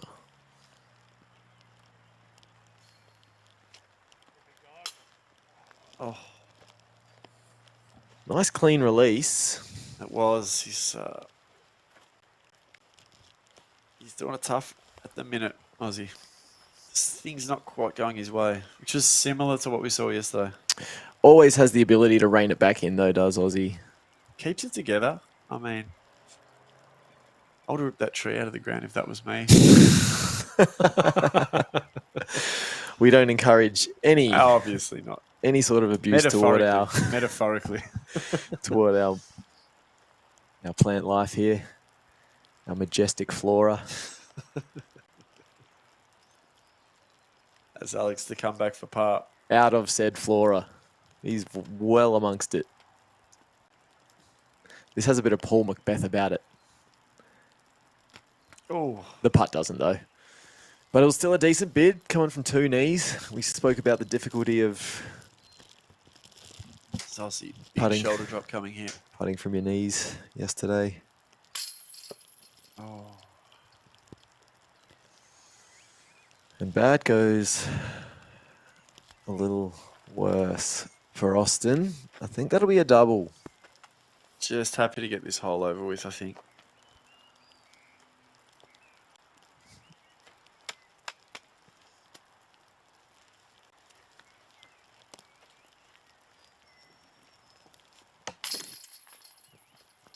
Alex drops 1 for bogey.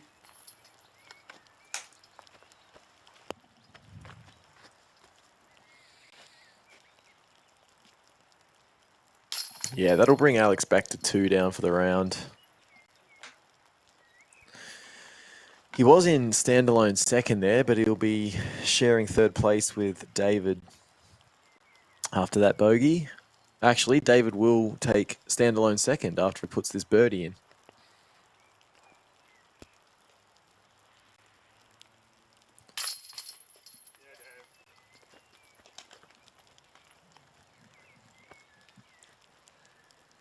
And Bainey cleans up for par. We'll be back with hole 7 after the following commercial.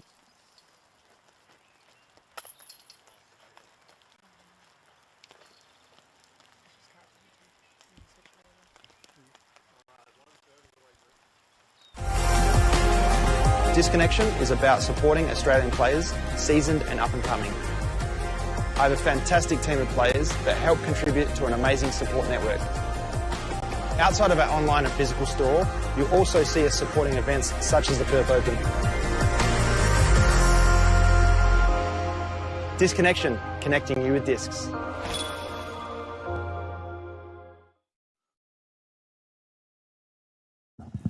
Hole 7, Matthew, 142 metre par 4. Now, through a lot of trees. There's just, I think I mentioned it yesterday a couple of times. There's one there, there's one there, there's one on the ground. They haven't even got rid of. There's little ones here, there's a path, there's a new one they've planted. They're just trees everywhere. But the way the boys avoided them yesterday is they went the roller. They rent the roller and they use the fence as a catch. To mixed results. I believe Alex was the only one who got to the fence, but the roller is a fantastic play here. I'm not quite sure how feasible the roller is in the wet, though. Well, we'll find out who's still going with it. Does Bainey throw rollers? I don't see him throw them much. I think he prefers the big, like, Sky Annies. Yep. So we'll see how they go. And it could be interesting how they attack this hole. Yeah, look, it wouldn't surprise me to see a forehand out of Luke. He has a nuke of a forehand. But in spite of all the trees you mentioned, this is one of the more scoreable holes. It's only 142 metres. Even if the drive doesn't come off as intended, it's still pretty easy to get up and down for your birdie.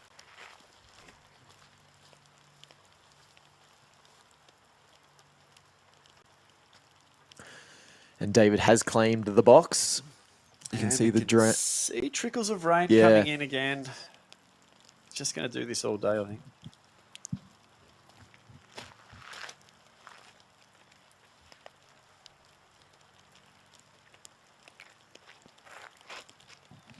How did scores look on this hole yesterday, Jace? I know our friend I was looking before, Jackson Sullivan, eagled this hole yesterday. As Dave goes with T-Bird off the tee. Over.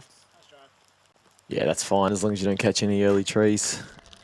Tip of the cap there from Dave. Yes, it was. That's like at a Cracker Jack. It's it's the highest honour, isn't it? The tip of the cap. Something like that. Yeah, he's going a forehand here to get round. Yeah, the New Zealander, Jack Sullivan, the only eagle for the day. And how's he going today? He's climbing up the leaderboard. He's currently 7th. Good on him.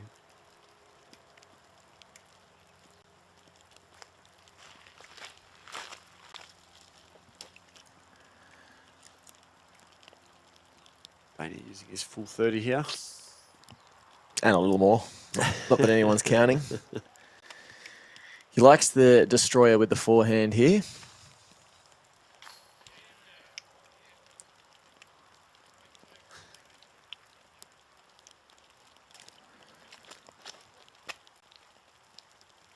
As he just nurses it over the Mountain River Finance consulting sign there. Yep. Oh, he's behind that tree, He's but behind a tree. again, the short distance on this hole means he could probably go stand still and get up and down for the birdie really easily.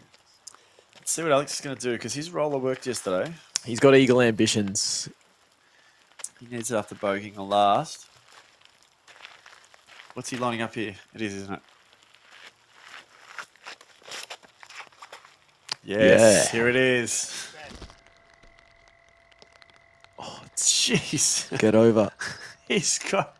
It still wants to spin in the fence. That is a good roller that boy's got. That did not want to stop revolving. Aussie likes... I'm not sure this has enough turn. Oh, no, it got to ground. Bit too much cut. Angle. It's hit fence. Yeah, he's got to go around. He'll be maybe 20 or 30 metres back of Alex's drive. Probably having to play a low skip hyzer into the green if he wants to get his birdie. You mentioned before that no one was counting. Speaking of counting, Mountain River Finance Consulting, whose director, John Schlobom, played earlier today and has charged up the leaderboard in MA40 with a tight 2 over. That will rate over 900, so... We've got Alistair Don in first, +3. Ken Summers, 9 over in second. And Luke Pope, Inverley's favourite son, 10 over. And Schlobom's 1 shot behind on 11 over after his round today. Impressive that a business owner can still find the time to fine-tune his disc golf game, a game that requires so much practice and so much commitment. Does he take the same numbers approach to his disc golf? Maybe. I As he reckon does he'd be his financial very. consulting? I reckon he'd be very calculated in his approach to disc golf. Spreadsheet guy. Might even track his stats on UDisc. I know some players do So that. good work, John Schlobom. Yes, and I hope I'm saying that correctly because it doesn't sound correct. But it could be. someone will correct us. No one's been hesitant to correct us on the plethora of mistakes we've made so far. We need a lot of correcting. Yeah, just a good local is Schlobom. Speaking of locals, quick shout out to Owen Hyde, owner and co-designer of the Wallaby Hill Disc Golf Course. I didn't mention him in my course description yesterday as Luke chips up a forehand. Where is it, Ash? Catch cam pirouetting there. Not quite sure how close that I was. think he's fairly close. I saw a bark underneath. Knowing Luke, it'll be close. But yeah, no, Owen Hyde, the owner of the property that Wallaby Hill Disc Golf Course is situated on. If you go to Tassie, it's one of the many, many landmarks. 45 minutes out of Hobart. Beautiful 45 drive. minutes? Beautiful drive Simple. too. That's nothing. Beautiful drive through the hills. That's 20 Ks in Melbourne traffic.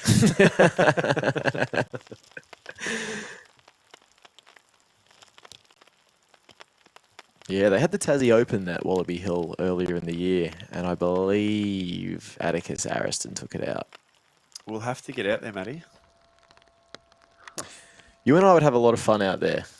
It's a lot of flippy, low-speed drivers required, so it's Perfect for us.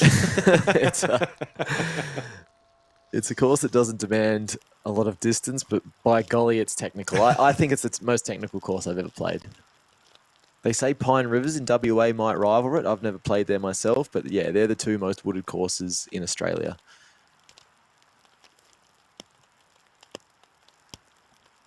Aussie here for his second. Just taking relief off the fence. He's probably a good, 50 or 60?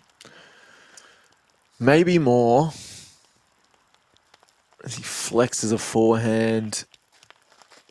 Lovely shape on it. And he's going to have a decent putt. This is the kind of putt that can really get you around back on track. Yep. It's not a gimme. It's very makeable for someone of his standard. Absolutely agreed. This will be a very good indicator of where his head's at. Still had the desired effect. I mean, really, when you look at the shot that Alex has got here and the shot that Austin had, I mean... Yeah, Alex isn't although that wasn't much happy with the further shot, in. it's not, because of the curve on the fence, it's still not that easy a shot. What do you think? Backhand highs or a flexi forehand into the slope?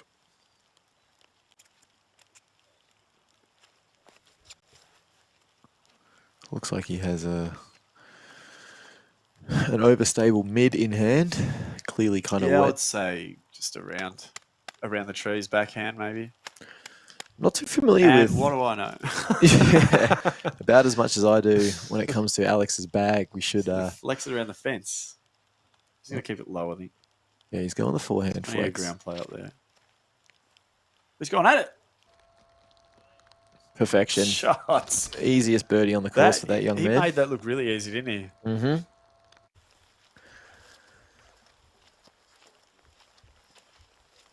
Speaking of easy, if you want to travel just 5 minutes from Poimina, and Emma gave it a little plug yesterday, the Mona. The Museum of something art. What is it? The Museum Old of... and New Art. The Museum of Old and New Art. Sorry. That's a massive disservice to the Mona. The I'll Mona. take it. I'll take it from you. The Mona. Got it. Yeah, a local Hobart friend of mine, Ollie Mundy Castle. We've seen him on Parked Media before. Hello, Ollie. Suggested that I make mention of the Wall of Vaginas. Okay. Yeah, I haven't seen it myself, but by golly, I'm desperate to. There it is. Oh, yeah, That's there the it putt is. we're talking about. All right, that could be the start of something. Or at least the kickstart he needed. So, okay, that's an interesting exhibit. The wall of vaginas. The wall of vaginas. How big is the wall? My goodness. Speaking of walls, looks like Bainey has somewhat of one in front of him. He's having to go around this tree. He's stretched as far as he can stretch. That's a wall of wood, though. Other end of the scale.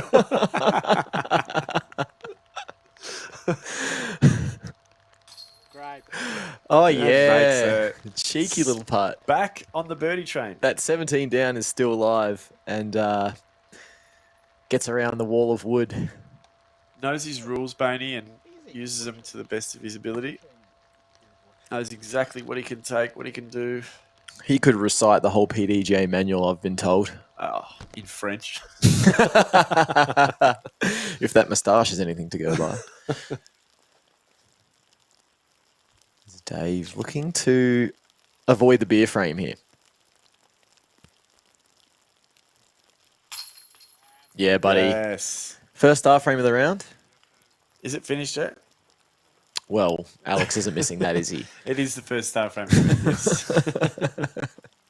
Don't jump the gun, Matty. Okay. Oh, yes, he made it. There it Yes, is. there it is. First star frame of the round. And they're And coming into Ringham. Yes, why not? I hope Fish watches this back and sees just how engaging and good this is, how good this is for the card vibes. Yay! Don't break him, Dave. Look at them. They are over the moon with that. Yeah, we'll catch you after this commercial break.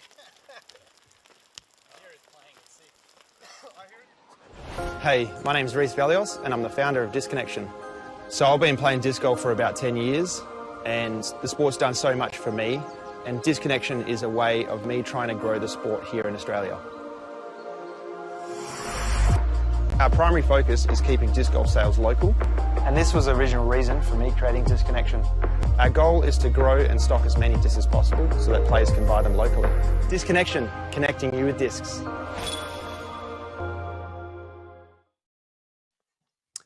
Welcome back. Hole 8, 140 metre par 4. Up the hill slightly. Plenty of trees to contend with. Path on the right that is not OB. So there's no OB apart from on the extreme left. Continuing up the hill and basket here just on the right next to this tree. Another short par 4, 140 metres, Matty. We saw a few birdies on this yesterday. Is that what you're expecting again today? I'm expecting a second star frame here for sure. This is one of the must-gets on the course. 140 meters. Yes, it's uphill, but it's relatively open. You've got your selection of choices when it comes to shots off the tee. Even if you don't make that shot with perfection, you can still get up there pretty easily. Yeah, I'm expecting at least 3 out of 4 birdies on this one. Yeah. And looking for Aussie to bounce back again here. Yeah, does he have the tools for the job? The tools. Funny you say that. Why is that, Jace? We'll talk about that after the throw, Matty. David Perry here.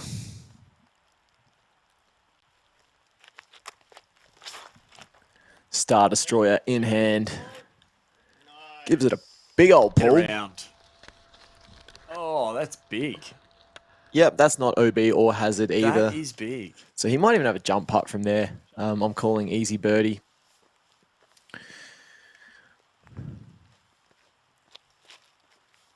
Bainey with the backhand. Yeah, also throwing Star Destroyer. Clipping his pager back on there, was he? The disc doctor.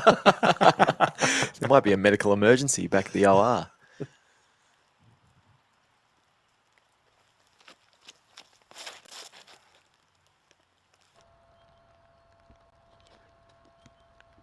Flying nicely up the hill. That'll do just fine. Yeah, on 140 metre par 4. You're going to get there with a shot like that. Yeah, that looked more of a placement shot out of Bainey's hand there.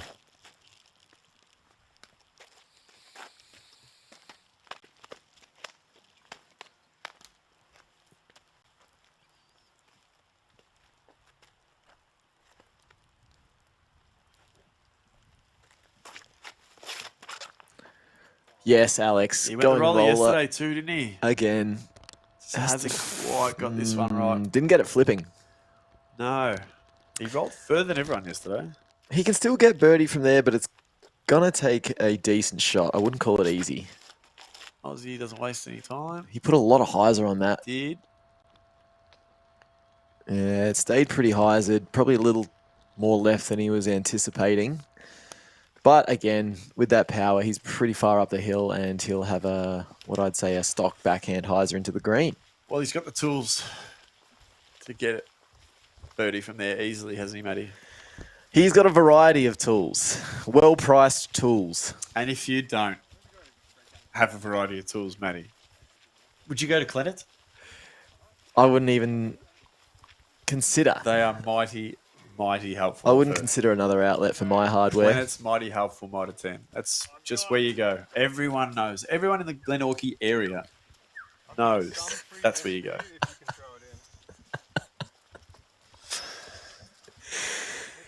Oh, I've never been to Glenorchy. I wonder what's going on there. Neither have I. But next time I do need some pliers or some fertilizer, perhaps, I'll be going to Mitre 10. What are you making, a bomb? We obviously don't condone that either. Maybe Alex went to Clenet's because he's been throwing some bombs. He has. Great segue. Not on that occasion. That roller was a little flaccid, but prior to that, yeah, big time thrower. Yeah, not as we said, not as far up the hill as he got yesterday, and not what he was hoping for, but has got the forehand approach as we saw in the last hole. Yeah, he'll just be looking to maybe flex this one a little Probably left. Disc up a little, I'd say. Yeah, fairway. This is what he looks like he's throwing here. How stable is it? Not that stable. Looks to have dried up a little bit for those watching at home. Umbrellas are still out. Yeah, maybe the... So I don't think you're right. And there is a drop on the lens. It's not for the sun. Yeah, I guess the quality of our monitor is deceiving me here. Aussie to get up there and hopefully back-to-back birds. Yeah, 6 under. Still trailing the leaders by a little bit now. And he's got a putt from there. Nice soft landing, though. Didn't mess with the slope.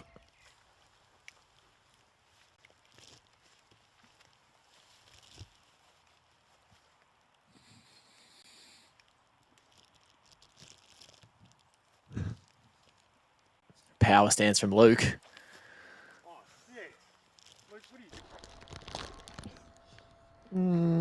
Little too much mustard on that one? Yeah, a little bit, but you can see the bark at the bottom of the screen. So I'm going to say it's checked up just in front of Sarah Lee there, and I'd say she's standing at the back of the basket. So I know he's distressed about something. He's giving a long look at that result. Just didn't go in.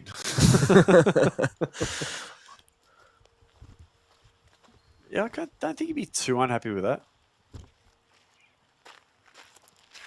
No, very, very strong chance to go 7 through 8 there. I mean, he's 10 strokes ahead of 4th. Luke is. And 6 strokes ahead of 2nd.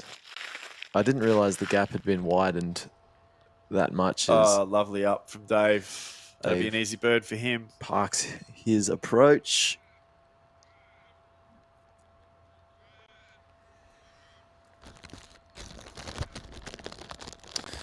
Yeah, so speaking of Bainey's give the course record a run, do you reckon? He's going to give it a nudge. What is the course record? We're hearing from Park Media correspondent Emma Winkworth that Park record is actually 15 under in tournament. So the tournament layout is 15 down. 15 under. We think. So I might have got 15 birdies in the last 6 months, let alone in a tournament round. Alex makes a big He knows how to get a birdie. That's how you make a bird. Tools for the job there. Yeah, exactly. He hammers it into the basket. Hammers it in. We're in your house. Oh, Luke's And grinning. look at the grin on this guy's face. I mean, I'd have a grin too if I was that many shots down. Yes, that's the grin of an enthusiastic man, knowing that he's playing at the top of his game. You always know what you're going to get with Luke, don't you? Good disc golf. So yeah, I wonder if he knows about that 15 down. That's the record. Or he's just going to go out there and be Bainey. I'm not sure how much of a historian Luke is. Look at that. Wow. Kept it low. What a putt. Yeah, we're watching, mate. Yeah, we're watching, Luke. We We see are you. watching. We see you. You are acknowledged. That is unbelievable. As Aussie for his bird. Yes. There's the palms trademark. up. The hand of Palms God. The hand of dog. It should be. The hand of dog. And a term has been coined. And Dave finishes off. Is that? And you called it. Star frame. Second star frame in a row. Dave hanging around for the basket rather, but no one's interested. Like Nostradamus himself calls the star frame. No, that's a pretty simple par 4. Oh, they're coming back. Here we go. We won't go to a break just yet. Let's watch them rattle the chains. Yeah, come on, young fella. Where is he? Who's the other? Aussie D. Come on, Oz. Get that hand of dog on there. Hand of dog. Yes, 2 in a row, boys. He loved that, didn't he? He shakes the head as he walks away. Back after this break. Welcome, player. Commencing disc selection. Choose your driver. The Kotari. Choose your approach.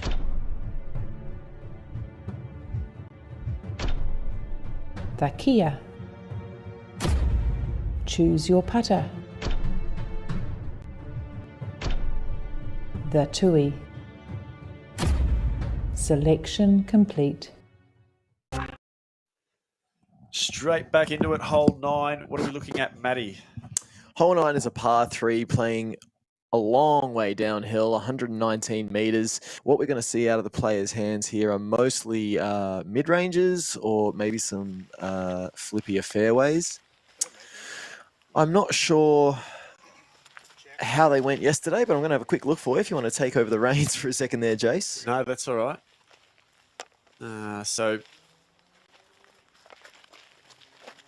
Yeah, Bainey parred it yesterday. Yeah, no birdies to speak of. Yeah. One of the more difficult birdies on the course. I'd love to see one. I would really love to see one. It's 119 downhill, which when you throw downhill into the mix for 119, which is it's a reasonable throw. I want to say it drops off maybe 10 to 15 meters. Yeah, so and it just brings the fade into the play. Putters and mid-ranges are encouraged. The main reason being the left-hand side of this fairway is quite dangerous. It drops off quite steeply. There's a lot of shrubbery. You could get yourself shrubbery. Shrubbery. Yeah. Shrubbery. You want to catch shrubbery. Shrubbery. I've corrected on my phrasing from yesterday, which saw some comments on the socials as Mr. Perry warms up that delightful backhand of his.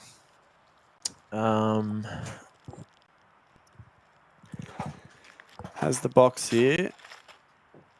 But it's such a touchy shot. And like you say, you've got to test something to get down there and birdie it. You've got to test it somewhere. Yeah, Perry actually throws the Star Alien on this hole, which is one of Innova's new, one of those pseudo catch discs, I believe, kind of similar to a Sonic or maybe comparable to a Glitch from MVP. So that one didn't come off. Not a great advertisement for the Alien, but maybe next time. There's Bainey with a slow speed disc in hand as well. And I mean, I say that, but here comes that fade. Oh! Accuracy on point. That is about as well as you can do it. And that's a fantastic advertisement for the MD3. Going fairly long if it didn't catch that tree. But that is a rip.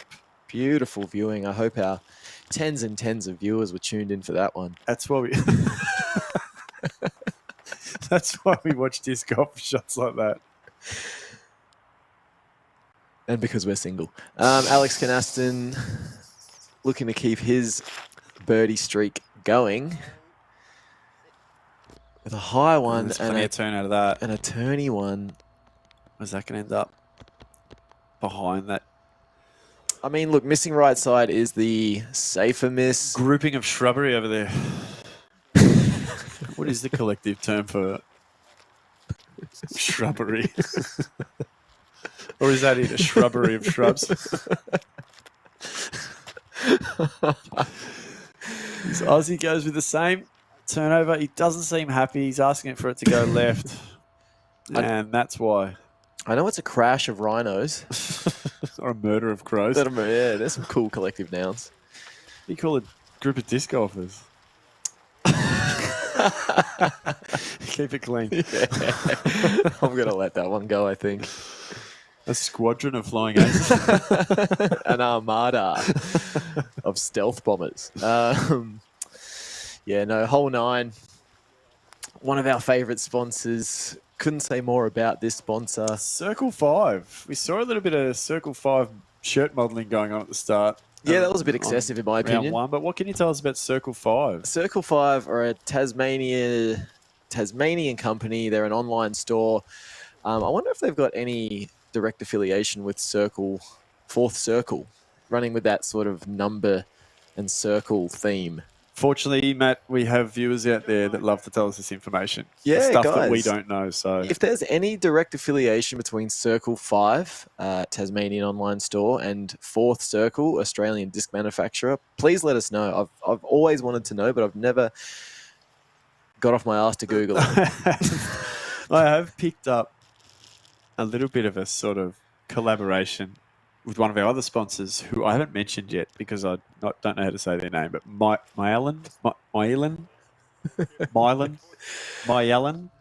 I believe. Oh, nasty little skip there, but good tree. Checks up. I Yeah. believe they're apparel manufacturer for Circle 5. I've seen both their logos on the same top before. I could be completely making that up. I've heard it's... I do that, but I think there's some sort of affiliation there.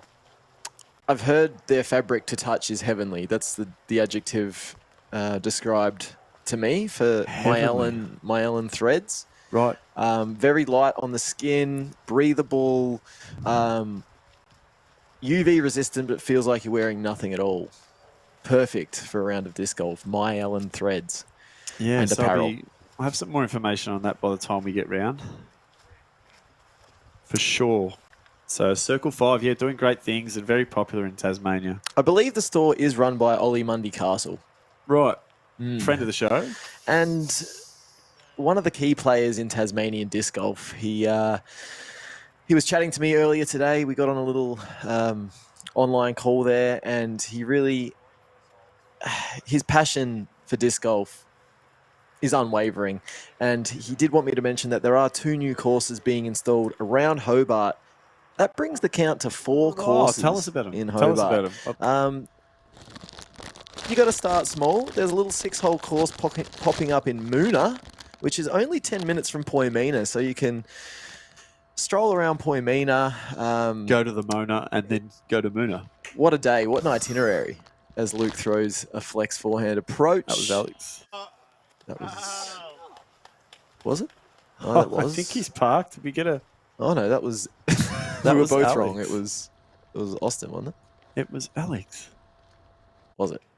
That's Okay, no, Austin. there's Austin. Nope.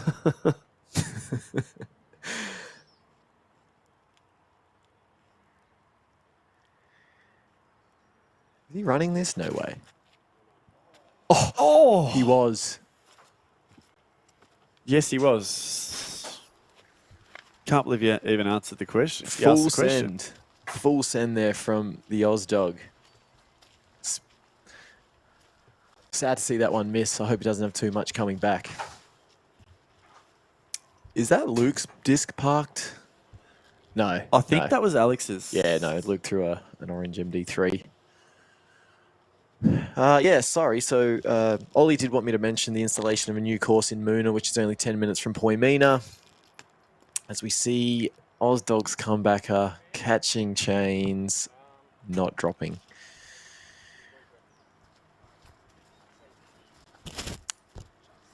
That's going to stunt his momentum a little bit. As Jason hose into one of the party wraps supplied stolen by Emma from her staff party last night. Not bad for a day 2 wrap. Still really fresh. There's David Perry. Yeah, just solid glides one in there. That is not an easy putt. Keeps his scorecard clean.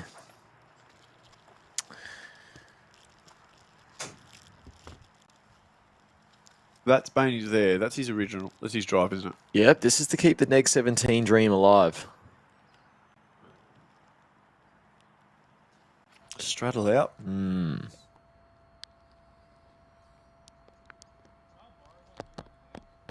Hard to predict anything other than heart of the chains at the moment. Has looked very confident on the green so far.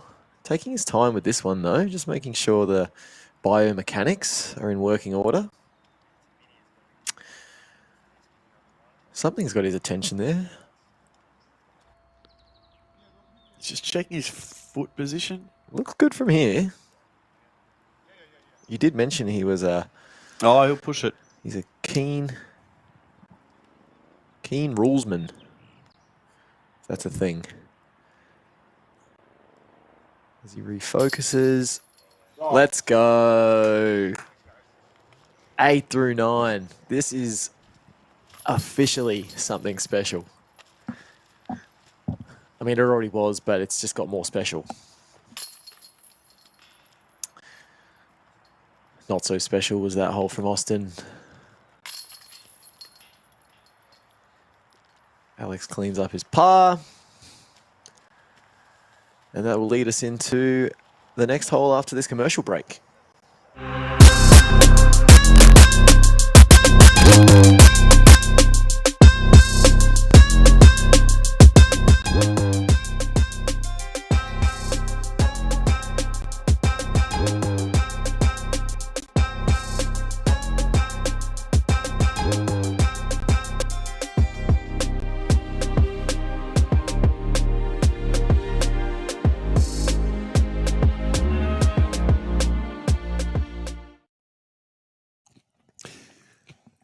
Hole 10, par 3 set. This is the first of the shorter par 3s coming up. 76 metres, sloping to the left. Big turnover shot and a low ceiling to get in. We saw a bit of everything on this hole yesterday, Matthew. Yeah, look, this is, as we mentioned yesterday, where the holes do get substantially shorter. Doesn't mean the scoring comes any easier. We just won't see a lot of long drives, distance drivers being used from here on. What they'd like to do here is push a hyzering forehand, hoping to get to the green in one shot. And if the sloped green is kind to them, tapping in their putts for birdie. You love a good forehand, don't you, Matty? Forehand guy. It's pretty well documented now. If you need any tips, advice, maybe even a video tutorial, at Matty Meltdown on Instagram. I'm so keen to impart my wisdom when it comes to the forehand shot. I'm very passionate about it. And sometimes I get a little angry when there is a preferred forehand line and it's not taken. It bothers me. There's offensive levels of sarcasm in there. Comments about wanting to help out. But apart from that, he does love a forehand. A tennis forehand.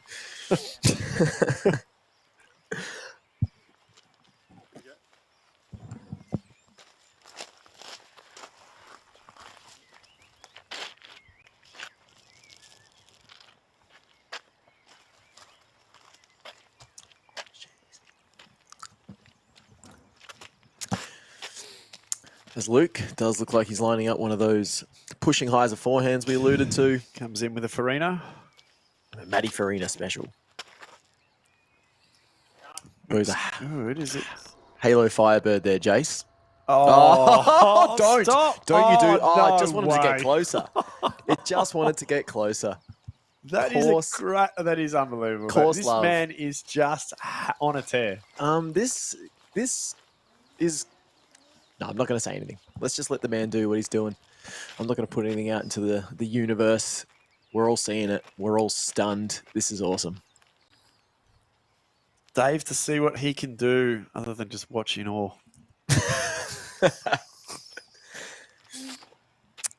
Dave going Firebird as It well. looks just as good.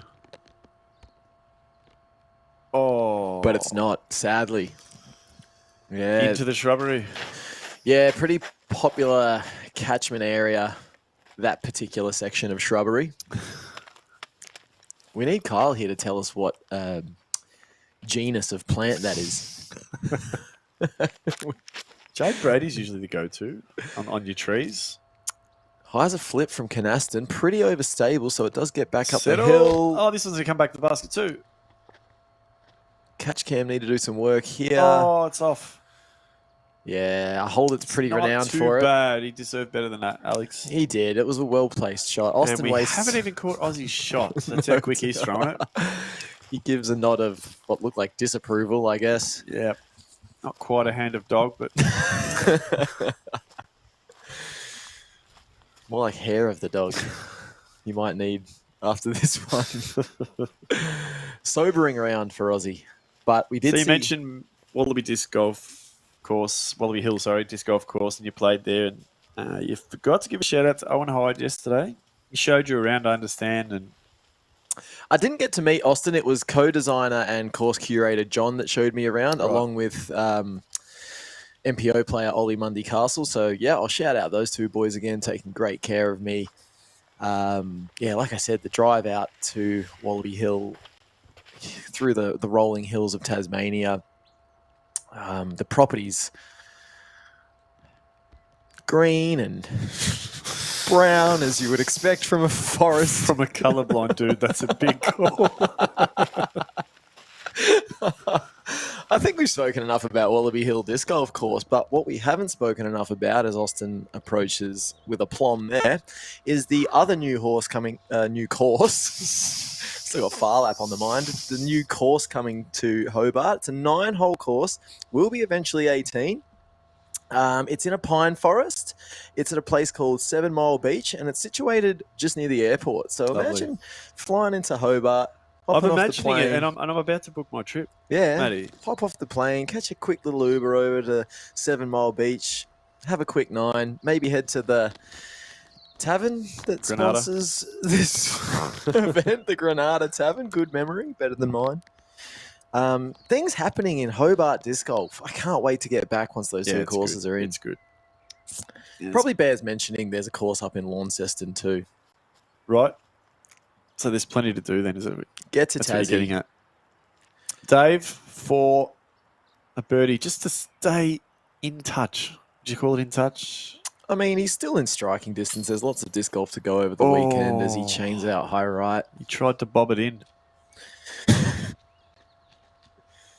Might take offense to that.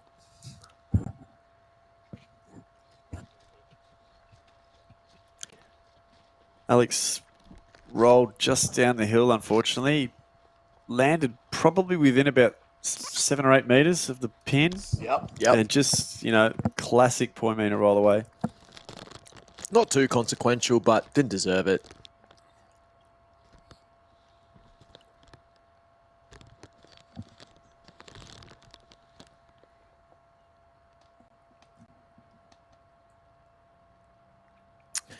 So we see him going to a knee here again.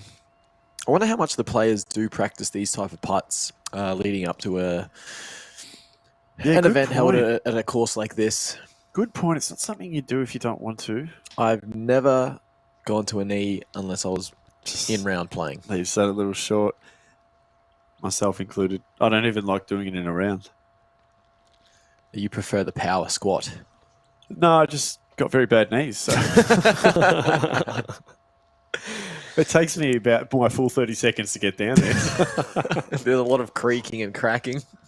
Absolutely. As DP gets his par, Aussie gets his,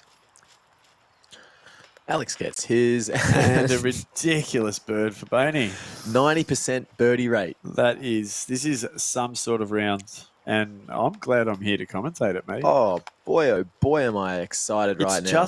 I know you're colourblind, but that is a lot of green on that scorecard. Well, it's only 2 colours, green and white. I can see it fine. Hole 11 after the break. Disconnection is about supporting Australian players, seasoned and up and coming. I have a fantastic team of players that help contribute to an amazing support network. Outside of our online and physical store, you'll also see us supporting events such as the Perth Open. Disconnection, connecting you with discs.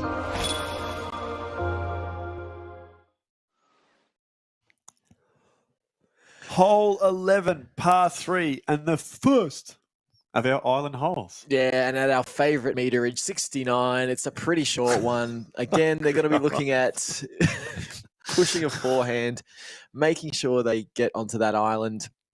Having played this hole before, don't let the short distance fool you. It's a very technical hole, and angle control is imperative. Yeah, and as you can see, it disappears over the crest after you play your shot, and you can't really see most of the island, but you can be sure that if it catches the edge of the disc, it's going to end up rolling to the left. There's some trees there to catch, or a little bit of shrubbery to catch it, but yeah, she's taken some numbers, as island holes tend to do. So as they do, yeah, and having to sort of throw up and, you know, be specific about the way the landing does occur. Gravity does come into play. Speaking of gravity.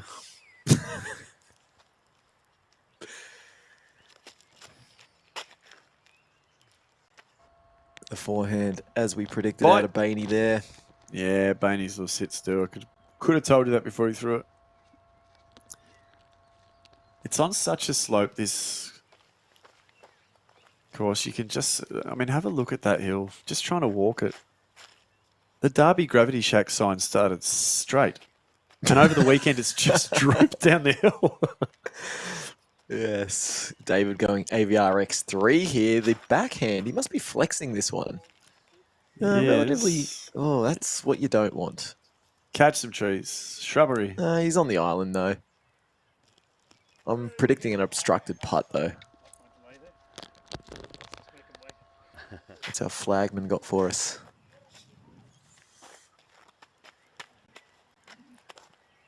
Alex is taking the shot favoured by Matty Farina, the forehand. Yeah, that last shot from David bothered me. Ooh, flexes it. It's going to come out. Loving this. That's a good line. Yep. Great shot, young fella. He's had this hole dialed. What did you get yesterday? Yesterday, hole 11, Alex Canaston, he got a par. So I would describe it as dialed, as Austin goes the backhand line, much to my chagrin, but does it well. That's beautiful. That's the way you do it. No, he's not happy. He's just not happy in general, I think, today, Aussie. Hasn't played his best, and I think he knows that. Does lean on that P3X a lot in this back half of the course. It's a Discmania putter. Well, cast your mind back to 24 hours ago, Matt. And Austin, I would say, was in the same position. He probably wasn't as bad, but he was only 1 or 2 down. And he finished on 8 down.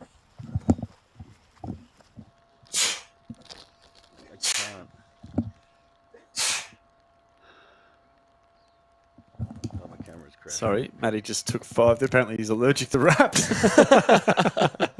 I can tell they weren't bought from Bat Bakery. Cripps. Cripps Bakery. If we could get some Cripps wraps sent over here by tomorrow for the round, I mean, that would solve all our problems, wouldn't it? I'm allergic to low-quality wraps. I don't know where Emma got these from, but they're having an adverse effect on me. Ooh. Sorry, what were we talking about? So we were talking about Austin, and he was in hole 11 when he attacked hole 11 yesterday. What sort of shape was he in? I mean, he was 1 under going into hole 11 and then bogeyed. So was even and then came in hot for the last. He went with a Brunsting +1, I think. Yeah, the AB half dozen. As we know, six tournament birdies in a row, the AB half dozen. He could just be. It's a AB +1, isn't it? It's 7. 6 birdies in a row is an Alan Brunsting half dozen. Isn't there 7 there though? No, he went bogey, And then from 12 to 18, nothing but birds.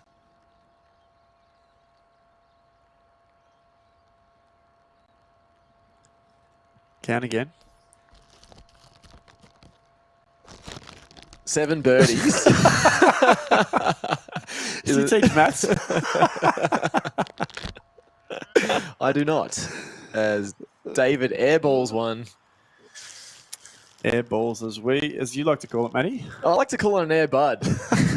One of my favorite. Air bud. Where did you get air bud from? One of my favorite film franchises. A basketball playing golden retriever that takes on the world. Oh no! As Aussie misses a birdie putt there. A little wibble wobble off the basket there. Basketballing golden retriever. Oh, I haven't seen it, but I'm going to check it out now. Air Bud, right. As the sequels progress, he changes sports. So the first installment, he's a basketballer. Right? This is a dog, a four-legged golden retriever. As we've just watched the King putt here. Oh yeah, sorry. Let's get back to business. Yeah. Oh yes. My goodness, it's still happening. I'm running out of ways. Happening. I'm running out of ways to compliment him. Yeah, I think. I mean, how do you do this? How do you just keep doing this?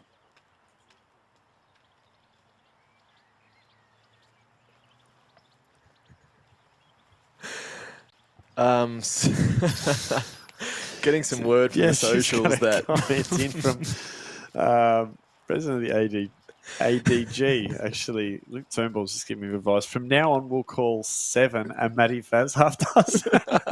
Not because I scored 7 in a row, because I can't count 2 7. Thanks for your comments there, Luke. Let's just clarify that. As As DP Dave comes back after that par. Airbud. That was an Airbud 2 at fever pitch. There'll be more. We'll talk more about Airbud later. As Alex taps in. If you're a fan of the Airbud franchise, please reach out to us. I feel like I'm on an island here.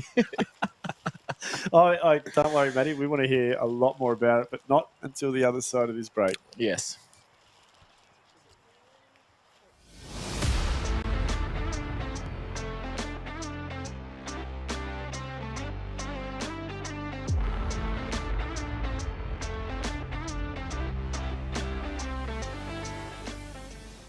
Welcome, player.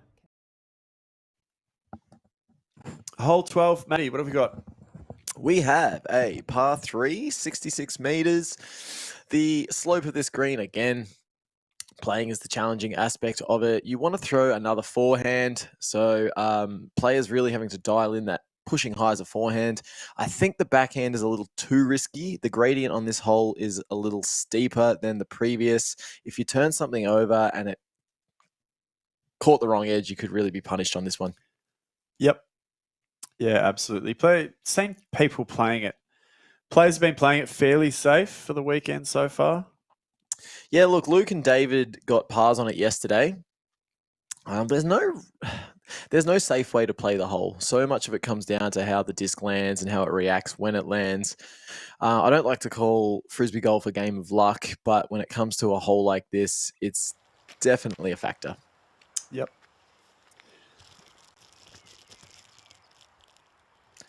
So we see Luke lining up the forehand aforementioned.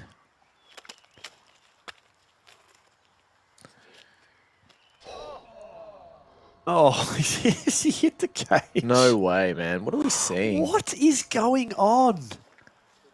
This guy's actually getting better during this round. You are Australia's best player, but yeah, this is transcending. Wowee. This is transcending that. He might be over 1,000 rated after this. Oh, God knows what this rating's coming in at, but he is 10 down through 11. And about to be 11, obviously. As Alex flexes one out there. This is looking really good too. Better. Oh, yes. On the bark. Take That's a bow, it. young man. You can't beat him score-wise. Just big shot him. Just jump it in front of him. That's all you can do. Doesn't want to let go of that third place, Alex. Shooting clean, it has to be mentioned as well.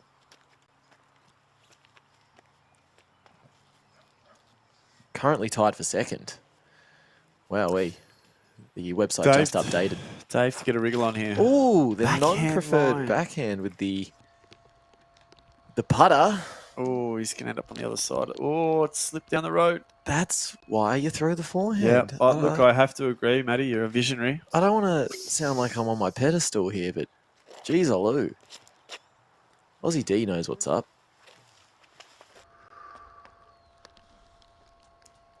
Aussie D's got it. Yeah, nice bit of ground play there. Got a putt from there.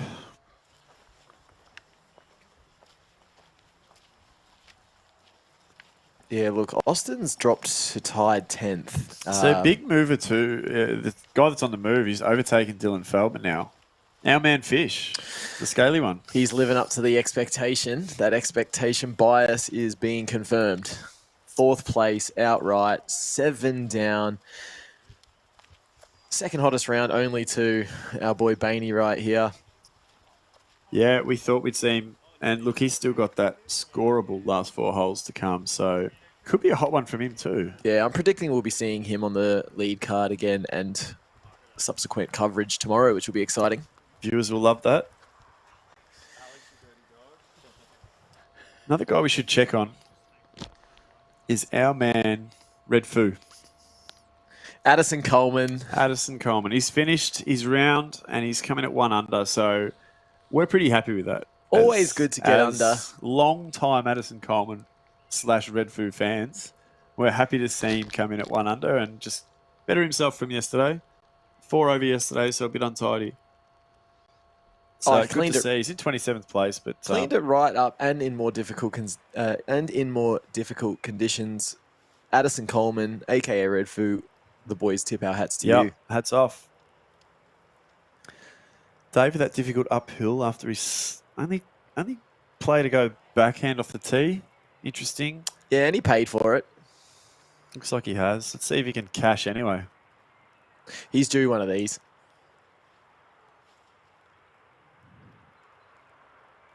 He's got terrible footing down there. Oh. The right kind of bid. Yep. Just a little off. Yeah, tough. Second air bud in a row for David, just quietly.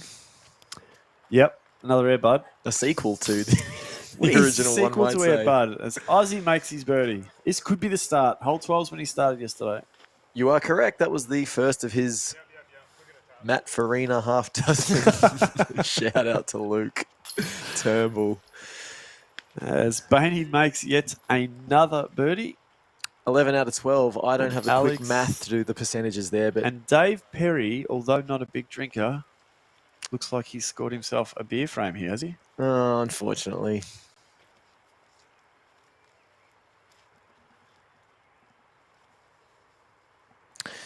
Yeah, that's 4 pars in a row for David. When you're sitting in second place and you've got the best player in Australia allergic to anything but a birdie, you've got to get scoring. He's more allergic to birdies than you are of Woolworths wraps. If it was a Crips wrap, I would have not sneezed at all. 91%. 91.6% is 11 out of 12 birdie rate. Birdie rate at the moment. 91.6%. A quick break. We'll be back after this. Commencing disc selection. Choose your driver. The Kotari.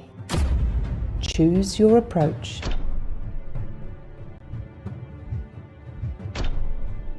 The Kia. Choose your putter. The Tui. Selection complete. All right, here we are back with hole 13. It's a par 3, 85 metres.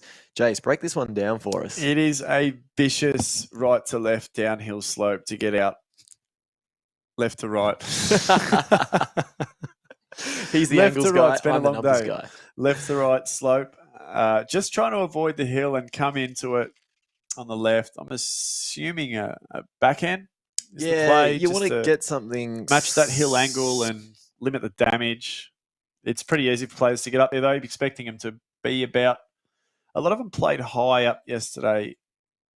There's a grey log up there up to the up to your left of screen when they're teeing off. So a lot of them played high, and it's pretty easy birdie from up there. So we might see a little bit the same today. Yeah, something that's turning slowly to the right. You don't want to crash that left to right slope too hard. Gravity's not your friend when the disc is bobbling around on these kind of slopes.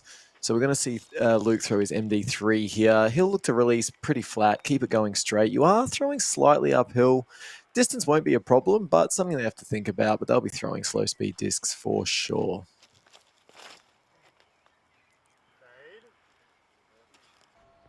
Fade back. Luke gets it out right. How close is that to the basket? He's got the preferred uphill putt. It's on the tan bark, so I'm assuming it's close. Yeah, if you're fading hard left, you're near that log that you mentioned earlier. You're giving yourself a very scary downhill putt. Of course, it's going to be close.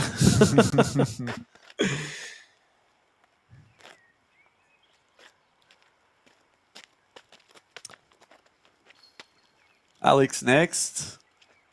Looks to It's have into 14 down, which is pretty reasonable. It sure is. All things being equal. Takes a tighter line. And his disc has frozen when it's upright. Yeah, he did get the par on this one yesterday, so he'll be looking to score. Aussie going straight at it. Yeah, Austin birdied this one yesterday.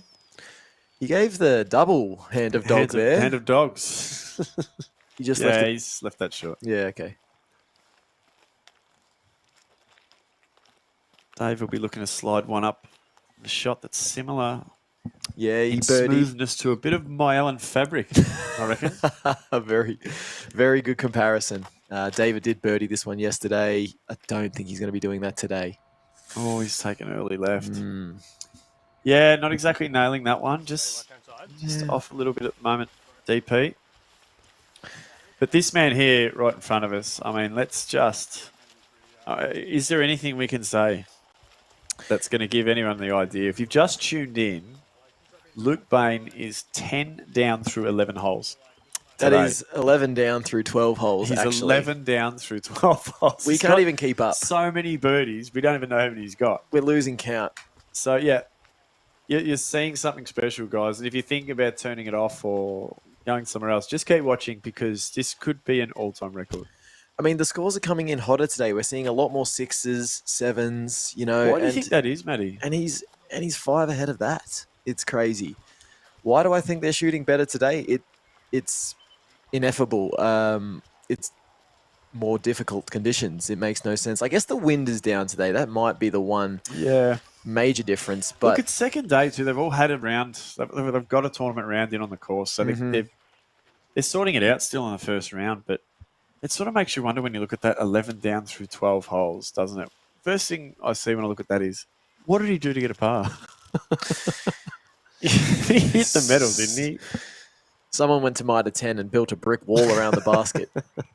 Clennett's Mitre 10. He's unstoppable. As one of the flying disc aces. And he's pushed that a little far and a little right. Yeah, it looks like it's down behind. Ooh. It's definitely not a gimme. No.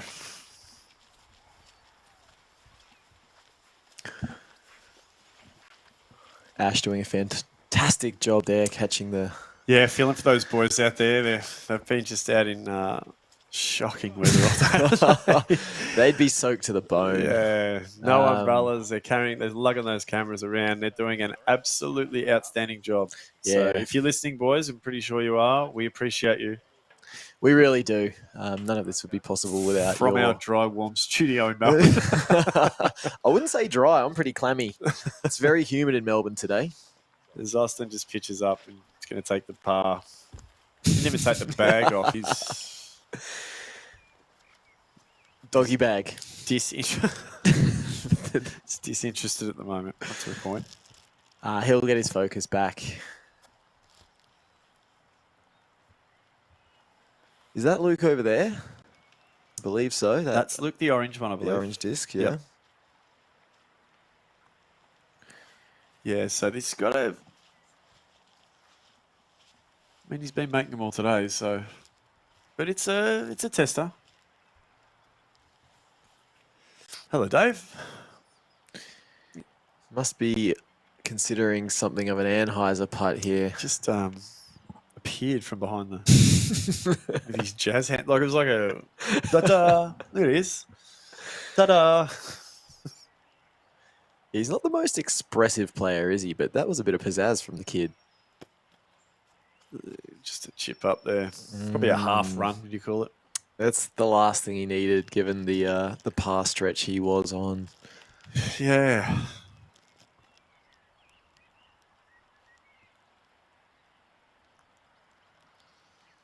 Comments coming in thick and fast for Luke Baines round here.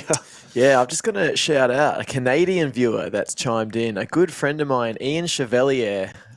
He and I used to go rafting and play softball together. Get down to what was the first course I ever played on in good old Fernie in BC. The Fernie disc golf course, tightly wooded. British Columbia, you're talking about? British Columbia. If you want to play tight wooded golf, and let's just regain our focus here.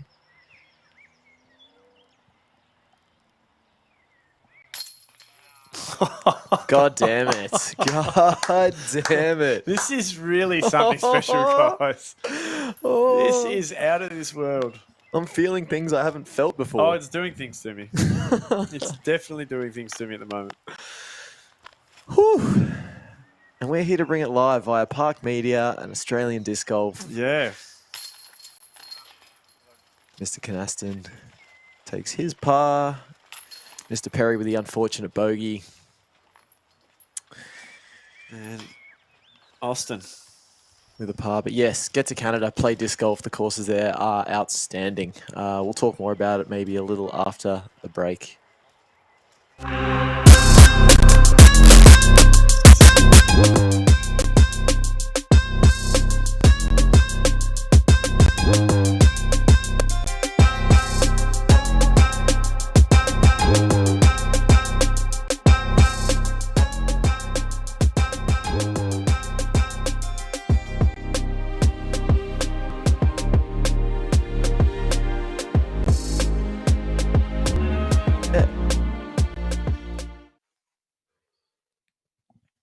Hole 15, 108 metre downhill par 3. Extremely downhill. Exceptionally, offensively downhill, we would call it. Yeah, you've got a Mando tree on the right of screen that we just passed by. The prevailing danger here, if you do go long, you will be out of bounds on the asphalt. Asphalt. Correction made. I don't think any players will be going long here, as long as you can push something slow, putter or mid, down just towards the right of the predominant guardian tree.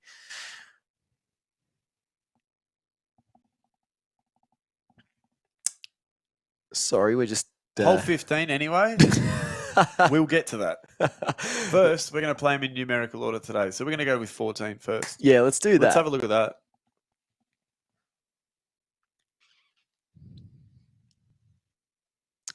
Just waiting on our producer. This is what all Bainey's birdies have done to everyone today. They've just... We're discombobulated. Hole 14 is where we're meant to be, and here we are. Par 3, 85 metres. Actually kind of similar to hole 15 in the way it plays downhill. And only one number lower.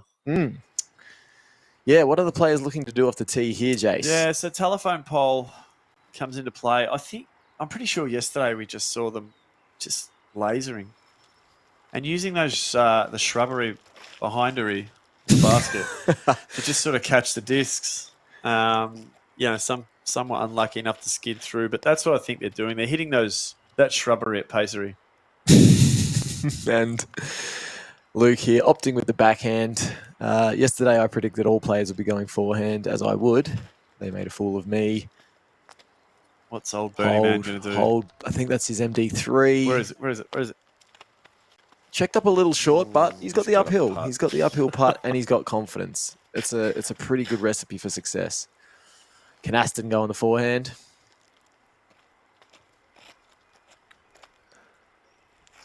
He's rolled the sleeves up on that hoodie. I wonder if it's Myelin threads. It's worth finding out. Oh, Keep turning. Oh. That's going to turn Oh, out. it's If that gets on edge, help that's from going to the turn tree. out.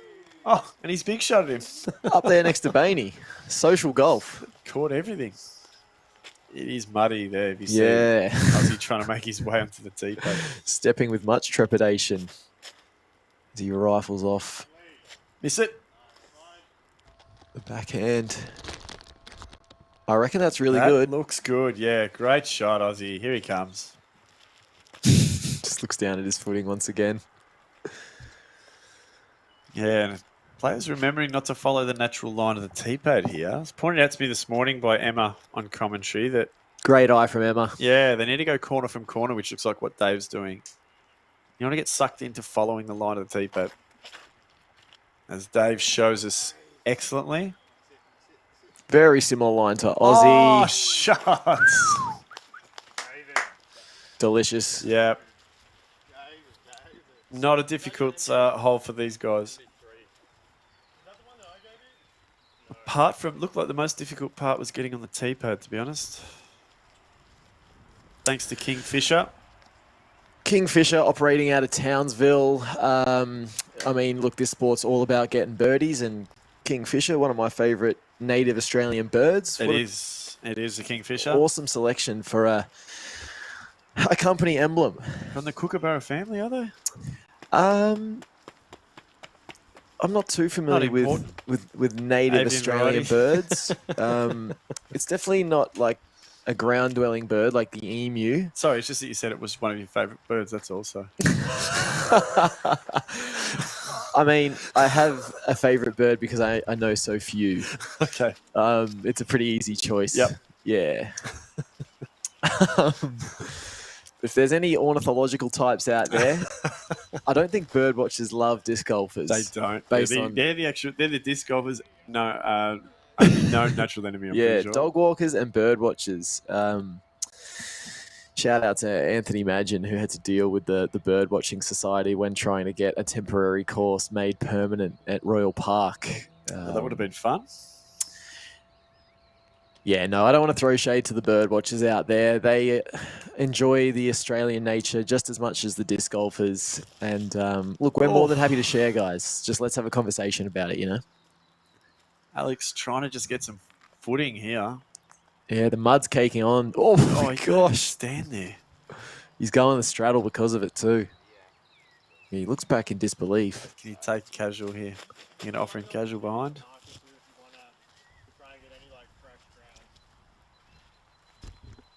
Got a good look at Bainey's putt there. Would you say about 8 meters? 7 or 8 meters going uphill? About 8. Oh, okay. Intelligent. Let's see how comfortable he is with this. Could be a Myellen towel. Oh, it's still slipping. Still slipping here. Does he know how to straddle? Tell you what, it'd be amazing if he gets this. Oh. Yeah, you could tell there was a lot more risk than typically. He was not comfortable with that. No. Let's see how this man I think navigates it. He usually use a little more of his lower body. Wasn't able to there. Little misrelease with the wrist. Can Bainey manage the slippery slopes? 13th birdie of the round.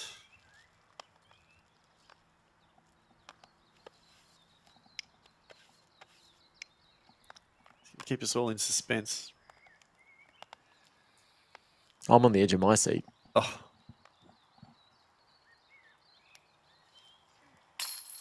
Oh.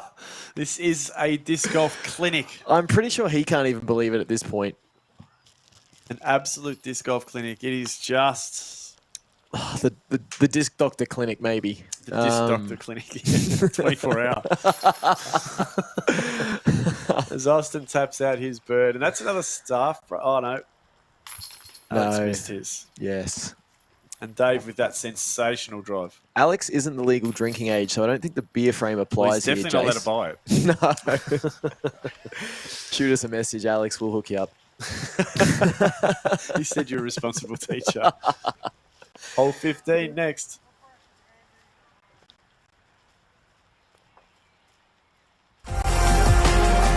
Disconnection is about supporting Australian players, seasoned and up and coming. I have a fantastic team of players that help contribute to an amazing support network. Outside of our online and physical store, you'll also see us supporting events such as the Perth Open. Disconnection, connecting you with discs.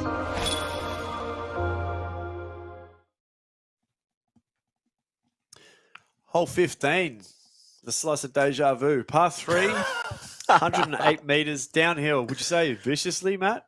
I'd say offensively. Not sure where I got that adjective from. Mando tree on the right. Adverb. Coming around the back, a lot of the players yesterday, and up to this tree. Obviously, some asphalt behind. Some asphalt, yes. Emphasis on the ass. No, this is a really fun hole to throw. I imagine most players will be going putter, something they could glide down there. You don't want to turn it over too right. Obviously, you want to make that Mando on the right side of the fairway. Straight, low, have it land flat, and sort of bobble up to the pin, Jace. Yeah, they seem to be coming in the turnover entrance yesterday, or attempting to. We did see Alex go a forehand, which really stroked my goat. If that's a saying. Oh, dear. And Bainey's also going the forehand, a little low, though. Goes Ooh, forehand. oh, What have we got here? No. What have we got here? Oh. He's got a putt. He's got a putt, and that's all No, he that doesn't. man needs. He doesn't have a putt.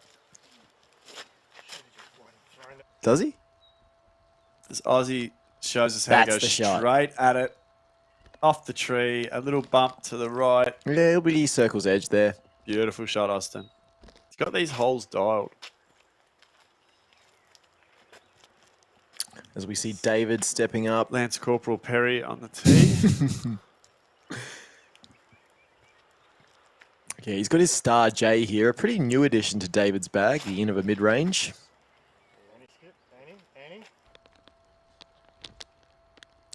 We hear a bit of commentary from his card mates Dump there. that into the tree, I think. Leave it That's to- the tree they're sort of going. You're anywhere near that tree.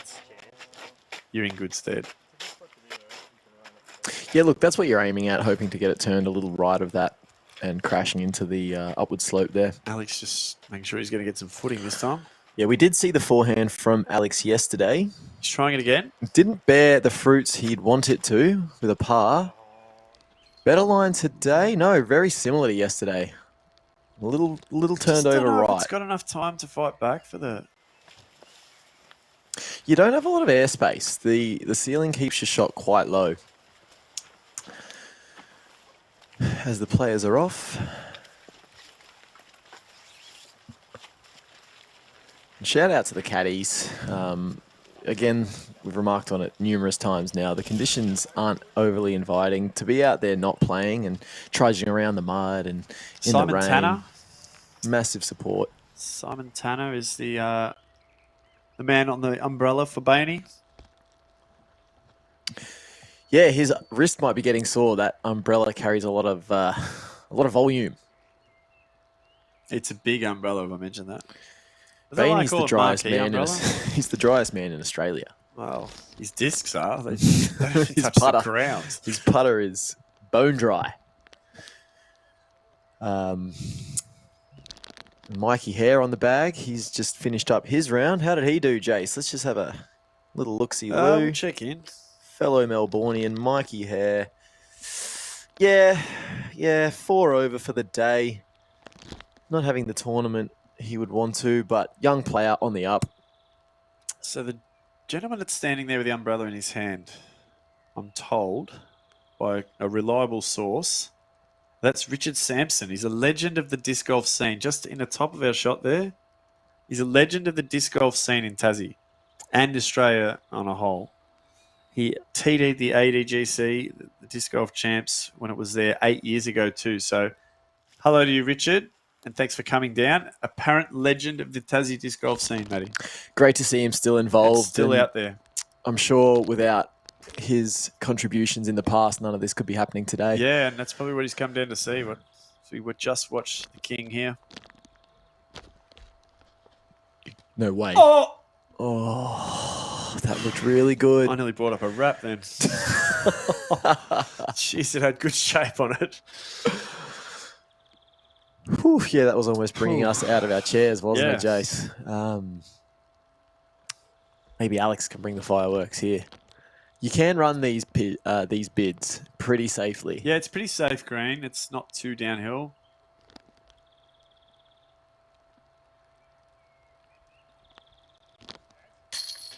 Oh, Cash, what a baby. putt. Runs it in with He's gusto. bolted that in. Footing doesn't Great matter. putt. Footing does not affect the kid after a putt like that. That Just was a ripper. runs it in, well deserved. And he is charged. Mr. Canaston. That'll take him to outright second. Yeah, good. He's playing well, isn't he? On any other day. I mean, he's 9 under. Yeah. He's just in the shadow of the Australian GOAT. Dave just checking something here. 6 down through today.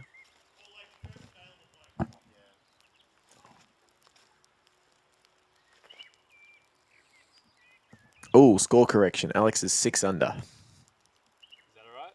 7 now. The update will come through 7. I'm struggling with those 7s and 6s today.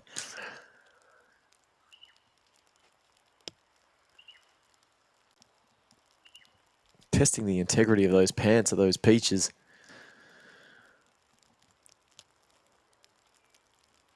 He could bust through them at any time we want to. Oh, Clearly unstable. Not a bad bid considering. as he steps up for his birdie. Yeah, good shoulder drop, Oz. Yeah, really likes this stretch of course. Yeah, he does. He does. Obviously plays to his strengths.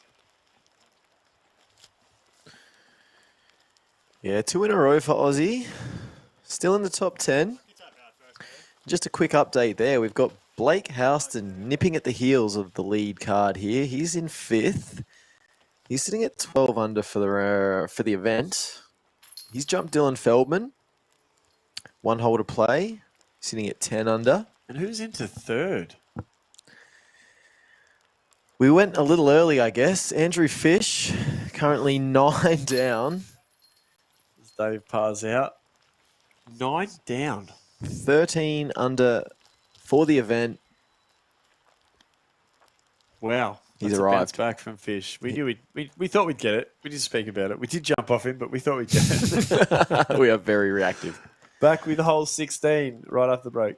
Welcome, player. Commencing disc selection. Choose your driver. The Kotari. Choose your approach.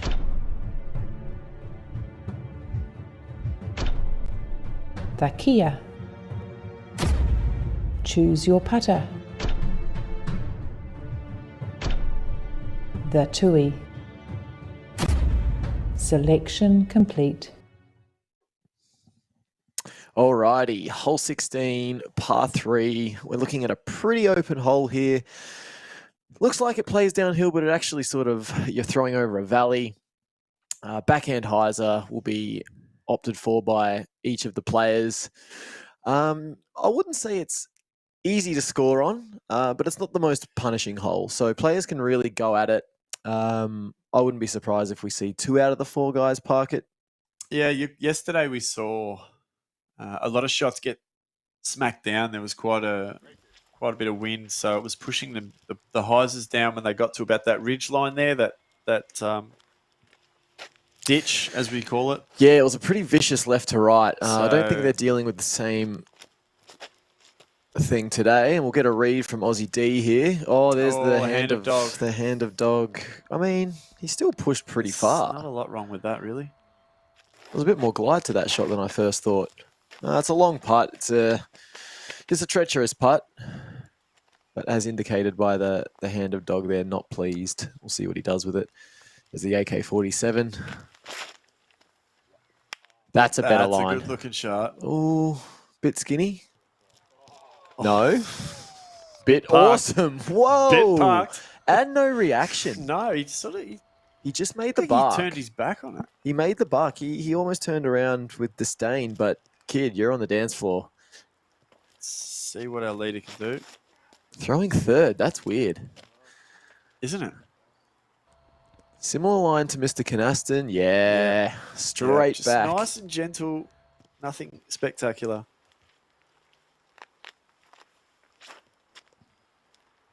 I feel like this is a hole that's made for Dave Perry in a way. The form beast, perfect with the backhand usually. He's going the Firebird here. Nice and overstable, nice and low. Here it comes. Reaction crucial. Oh, lovely shot. I did say 2 out of the 4 He guys just will park it. Eased onto the brakes there, didn't he, at the right time? Yeah, with a Firebird too. That's Wow. an overstable disc. I had a feeling this hole suited Dave Perry. You called it. So yeah, that's a bit of disc golf porn there for us all to watch. And speaking of the men behind the cameras, Toph and Amos. Yeah, 2 of the behind the scene guys putting this whole live stream together.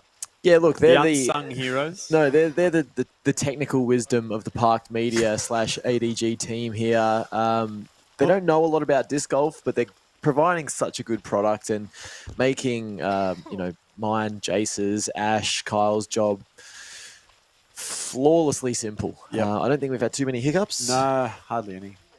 Just so running.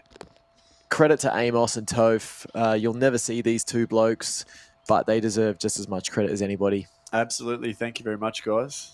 And just on that, they're the technological wizardry behind this. Which wizardry do we fall under? You and I? Yeah. As in, like, what magic do we provide or produce? You're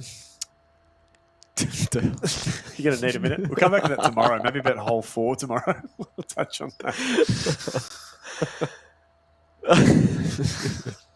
Aussie for birdie. Give me a chance to pull a rabbit out of somewhere here. Yeah, that drive turned out all right. He'll run this for sure. Oh. Yeah, a little low. Yeah, just had a tough day out there, Oz. Does Bainey get straight back on the birdie train? I think he does. He's 9 meters uphill.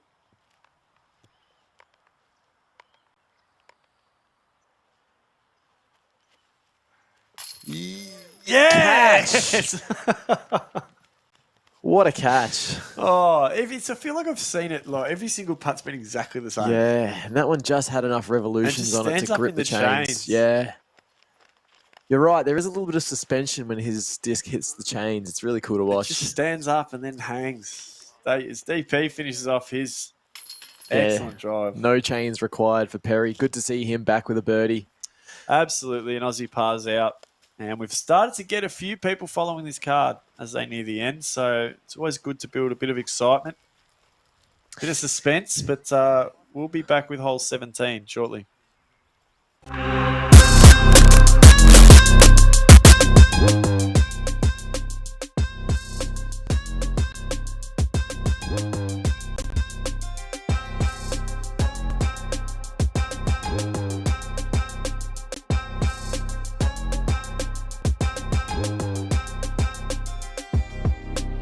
What's that?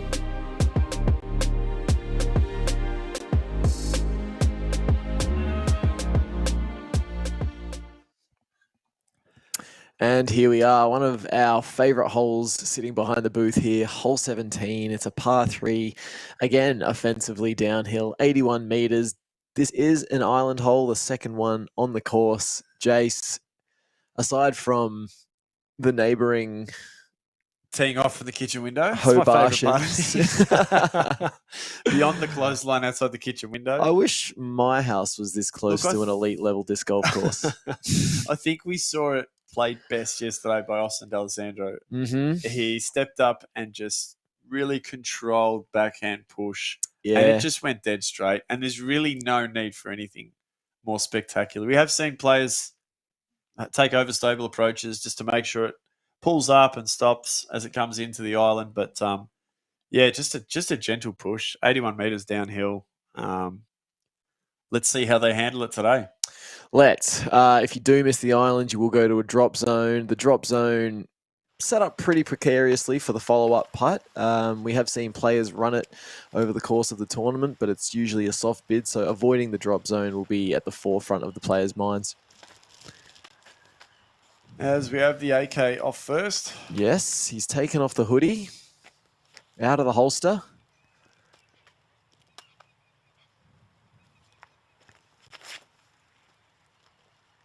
He's going the overstable approach. We need stability. Oh! Tried to get over the line, doesn't make the island, will go to the drop zone. Red flag from the spotter there.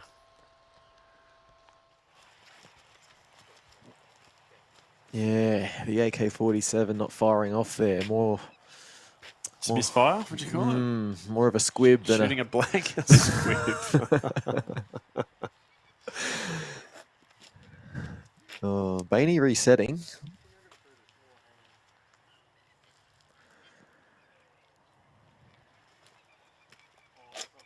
That's a very flexed over forehand, and I'm not sure that's going to get anywhere. That's going to go long. Yeah. The island does extend pretty far left, but no, it was the length that was the issue there. Dave, you'd suggest he's got the backhand for this? Nothing too difficult from his point of view? No, not at all. AVR X3 in hand for David. Oh, it's a bit hazard. Yeah, they are a stable putter. Oh, stop. Stop. Perfect. Does just that. He waves the wrong flag.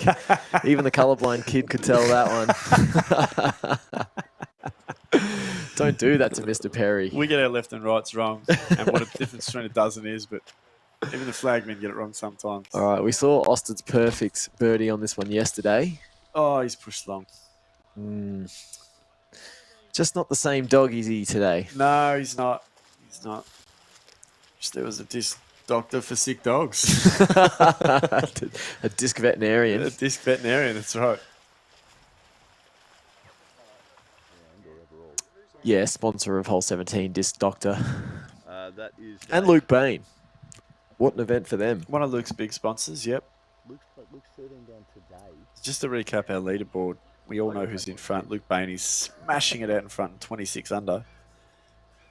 But Alex has moved into solo second with 16 under. 8 down today, so matching his good work yesterday.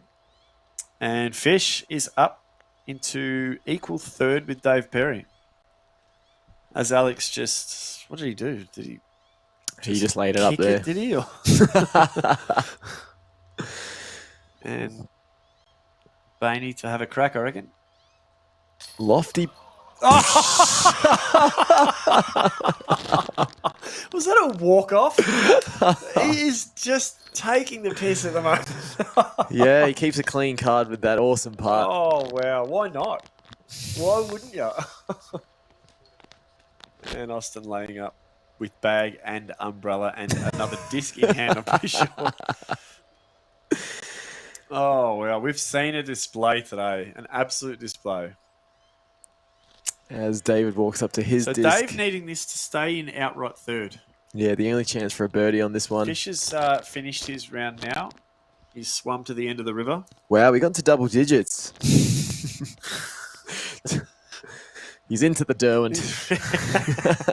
he's reached his pond. So to go one ahead of Fish and possibly just one behind Alex. Yeah, good putt, Dave. Good bird, Dave. As we see Ash on Keeping it catch cam in interesting the here at background. end.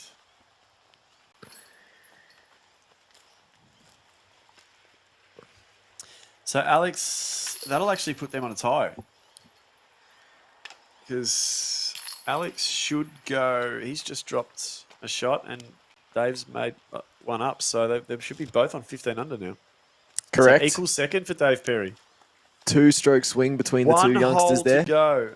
And although some of it's outstanding and amazing, there's a big battle on for second and third as well. So we'll see you right off this break. Hey, my name's Reece Valios and I'm the founder of Disconnection.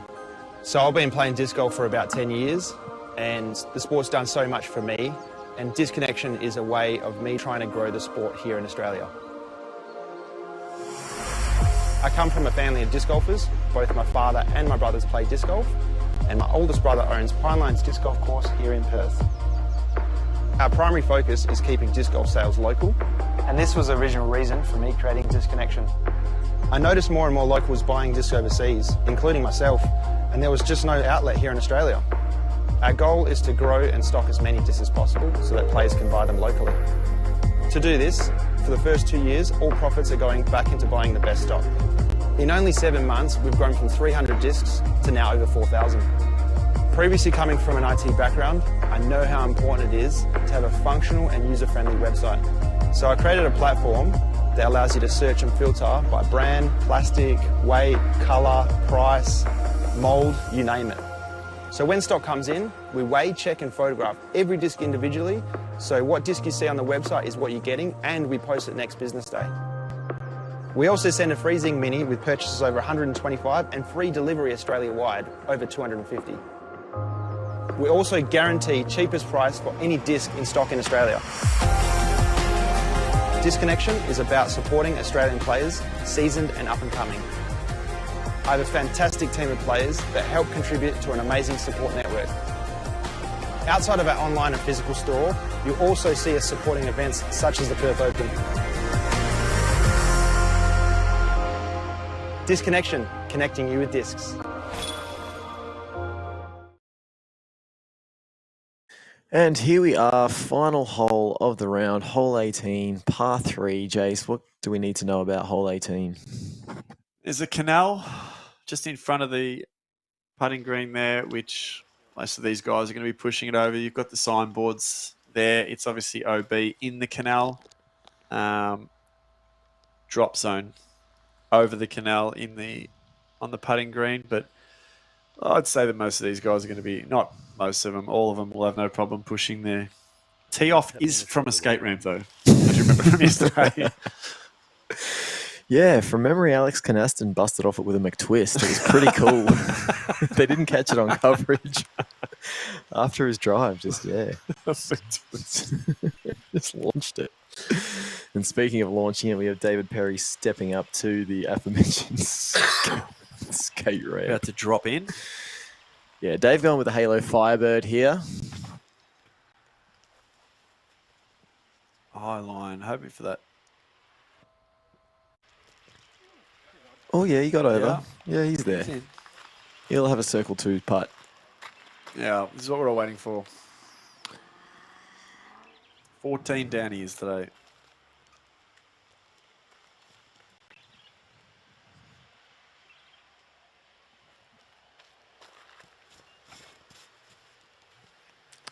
So a wide line. That is a juggernaut, so it will come back pretty sharply. Yeah, he's well inside. Yeah. Gets the applause from the crowd. He's looking about an 8 or 9 metre putt. Alex Canaston sitting on only 1 bogey for the event. Oh, that is clean. Mr. Clean, is that really you? I wonder what he's done. Pushing. Yeah. Great shot, Alex. Very, very near bullseye. He has been strong the whole tournament, hasn't he? Aussie taking no time. Yeah, slings Taking one a out wide there. line and landing safely. And not a problem landing in the island for these guys. Not at all. Pretty standard hyzer for all 4 of them. Interesting little tidbit for this hole. Hit me. It actually points towards Mount Wellington, I've heard that. or as the Indigenous Australians would call it, Kunani.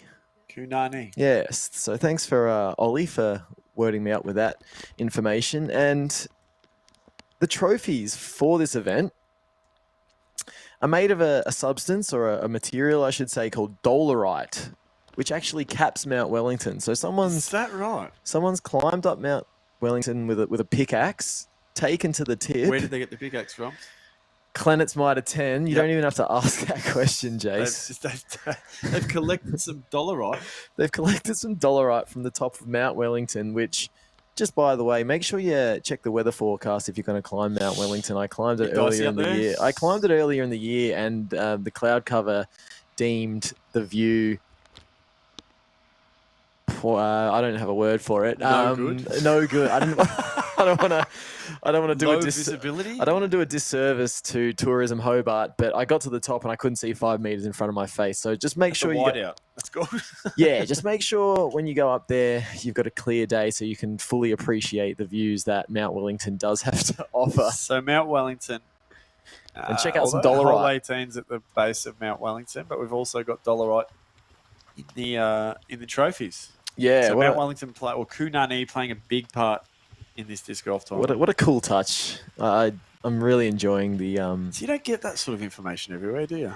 You got to be in the know. So thanks, Ollie Mundy Castle. Just one more shout out. Ollie, big, lots of information coming out of Ollie. A champion of Tasmanian disc golf. Good man. Hopefully we can finish off with a star here.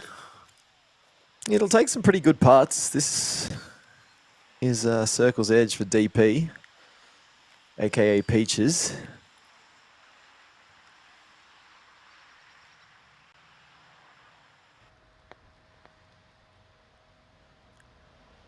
Did switch to the link recently. Putted AVRs most of his. For a while, hasn't he, the corporal? Oh, speaking of links, lovely. He found about 8 of them then. Runs it in. Good round, Dave. Good yes. round. Switching from the AVRs to 8 the links. down for the day. A really solid round. Aussie hits cage. Bad luck. Yeah, 8 down. Stellar round from David, but we just haven't been paying that much attention because of Luke's play. Speaking of, Luke Bain, to finish the day 15 down and 27 down overall. Get behind him. We have been told that 10 down is a 10:46 rated round. And get on your feet if he makes it. Oh. A collective groan from the nation. Tens and tens of people disappointed to see that miss. We wanted him to get it. We did. I should add to that we should be getting on our feet anyway. As Alex finishes off a strong round, negate as well, matching Dave Perry, and we'll go into tomorrow on equal seconds. Yeah, we'll see him again on lead card, which is awesome. 3 days on lead card for the kid. Yeah, I'm going to have to get it in the bag from him tonight. So if anyone could maybe send that one through to me, I don't want to creep Put us in contact with him. I don't want to creep into the kids' DMs. As Bainey finishes out on 14 under, and massive round of applause. Yeah, it's kind of hard to believe what we've just seen. Aussie completes his, an indifferent day for him, but that's the round of applause he's getting. They've seen something really special today. Thanks, Dave. Yeah, look, Aussie's still in the top 10. He's still very much in the conversation. We've got a whole nother day to play. We do, and as we've seen, what happened today could also happen in a day. So there's every chance that, well, who knows what could happen. Matty, who knows? But all I know is I will be here around 1 o'clock tomorrow. And you will be here. And I we'll will also be here. have the special guest commentator for part of the round, Dean Feely from Geelong, who's going to join us. Dean's been working hard on a few stats, putting a few little equations together and working out some interesting stats. So it'd be good to have him in. So, yes, Dean's an organised man, much more organised than us. So it'll be good for him to give us a chop out. But we're really looking forward to it. Like we said, Luke Bain leading the field by 11 strokes, currently. The battle for second will be on, however. So tomorrow we'll be watching Luke, David, Alex, and Fish. Fish has swum his way back to the top. Most would say back to where he belongs. Yeah, absolutely. We knew he'd work it out. Yeah. We just thought if we jump off him, then maybe that'll give him that expectation, the encouragement. Yeah. That the weight of expectation was lifted. To get back on there. We've also got the final round of FPO coming in to you at 8 o'clock tomorrow morning. But until then, I'm Jason. And I'm Matt Farina, and it was a pleasure delivering this to you guys. Thank you very much for watching. Thank you very much for watching, and we'll see you tomorrow. Have a good night.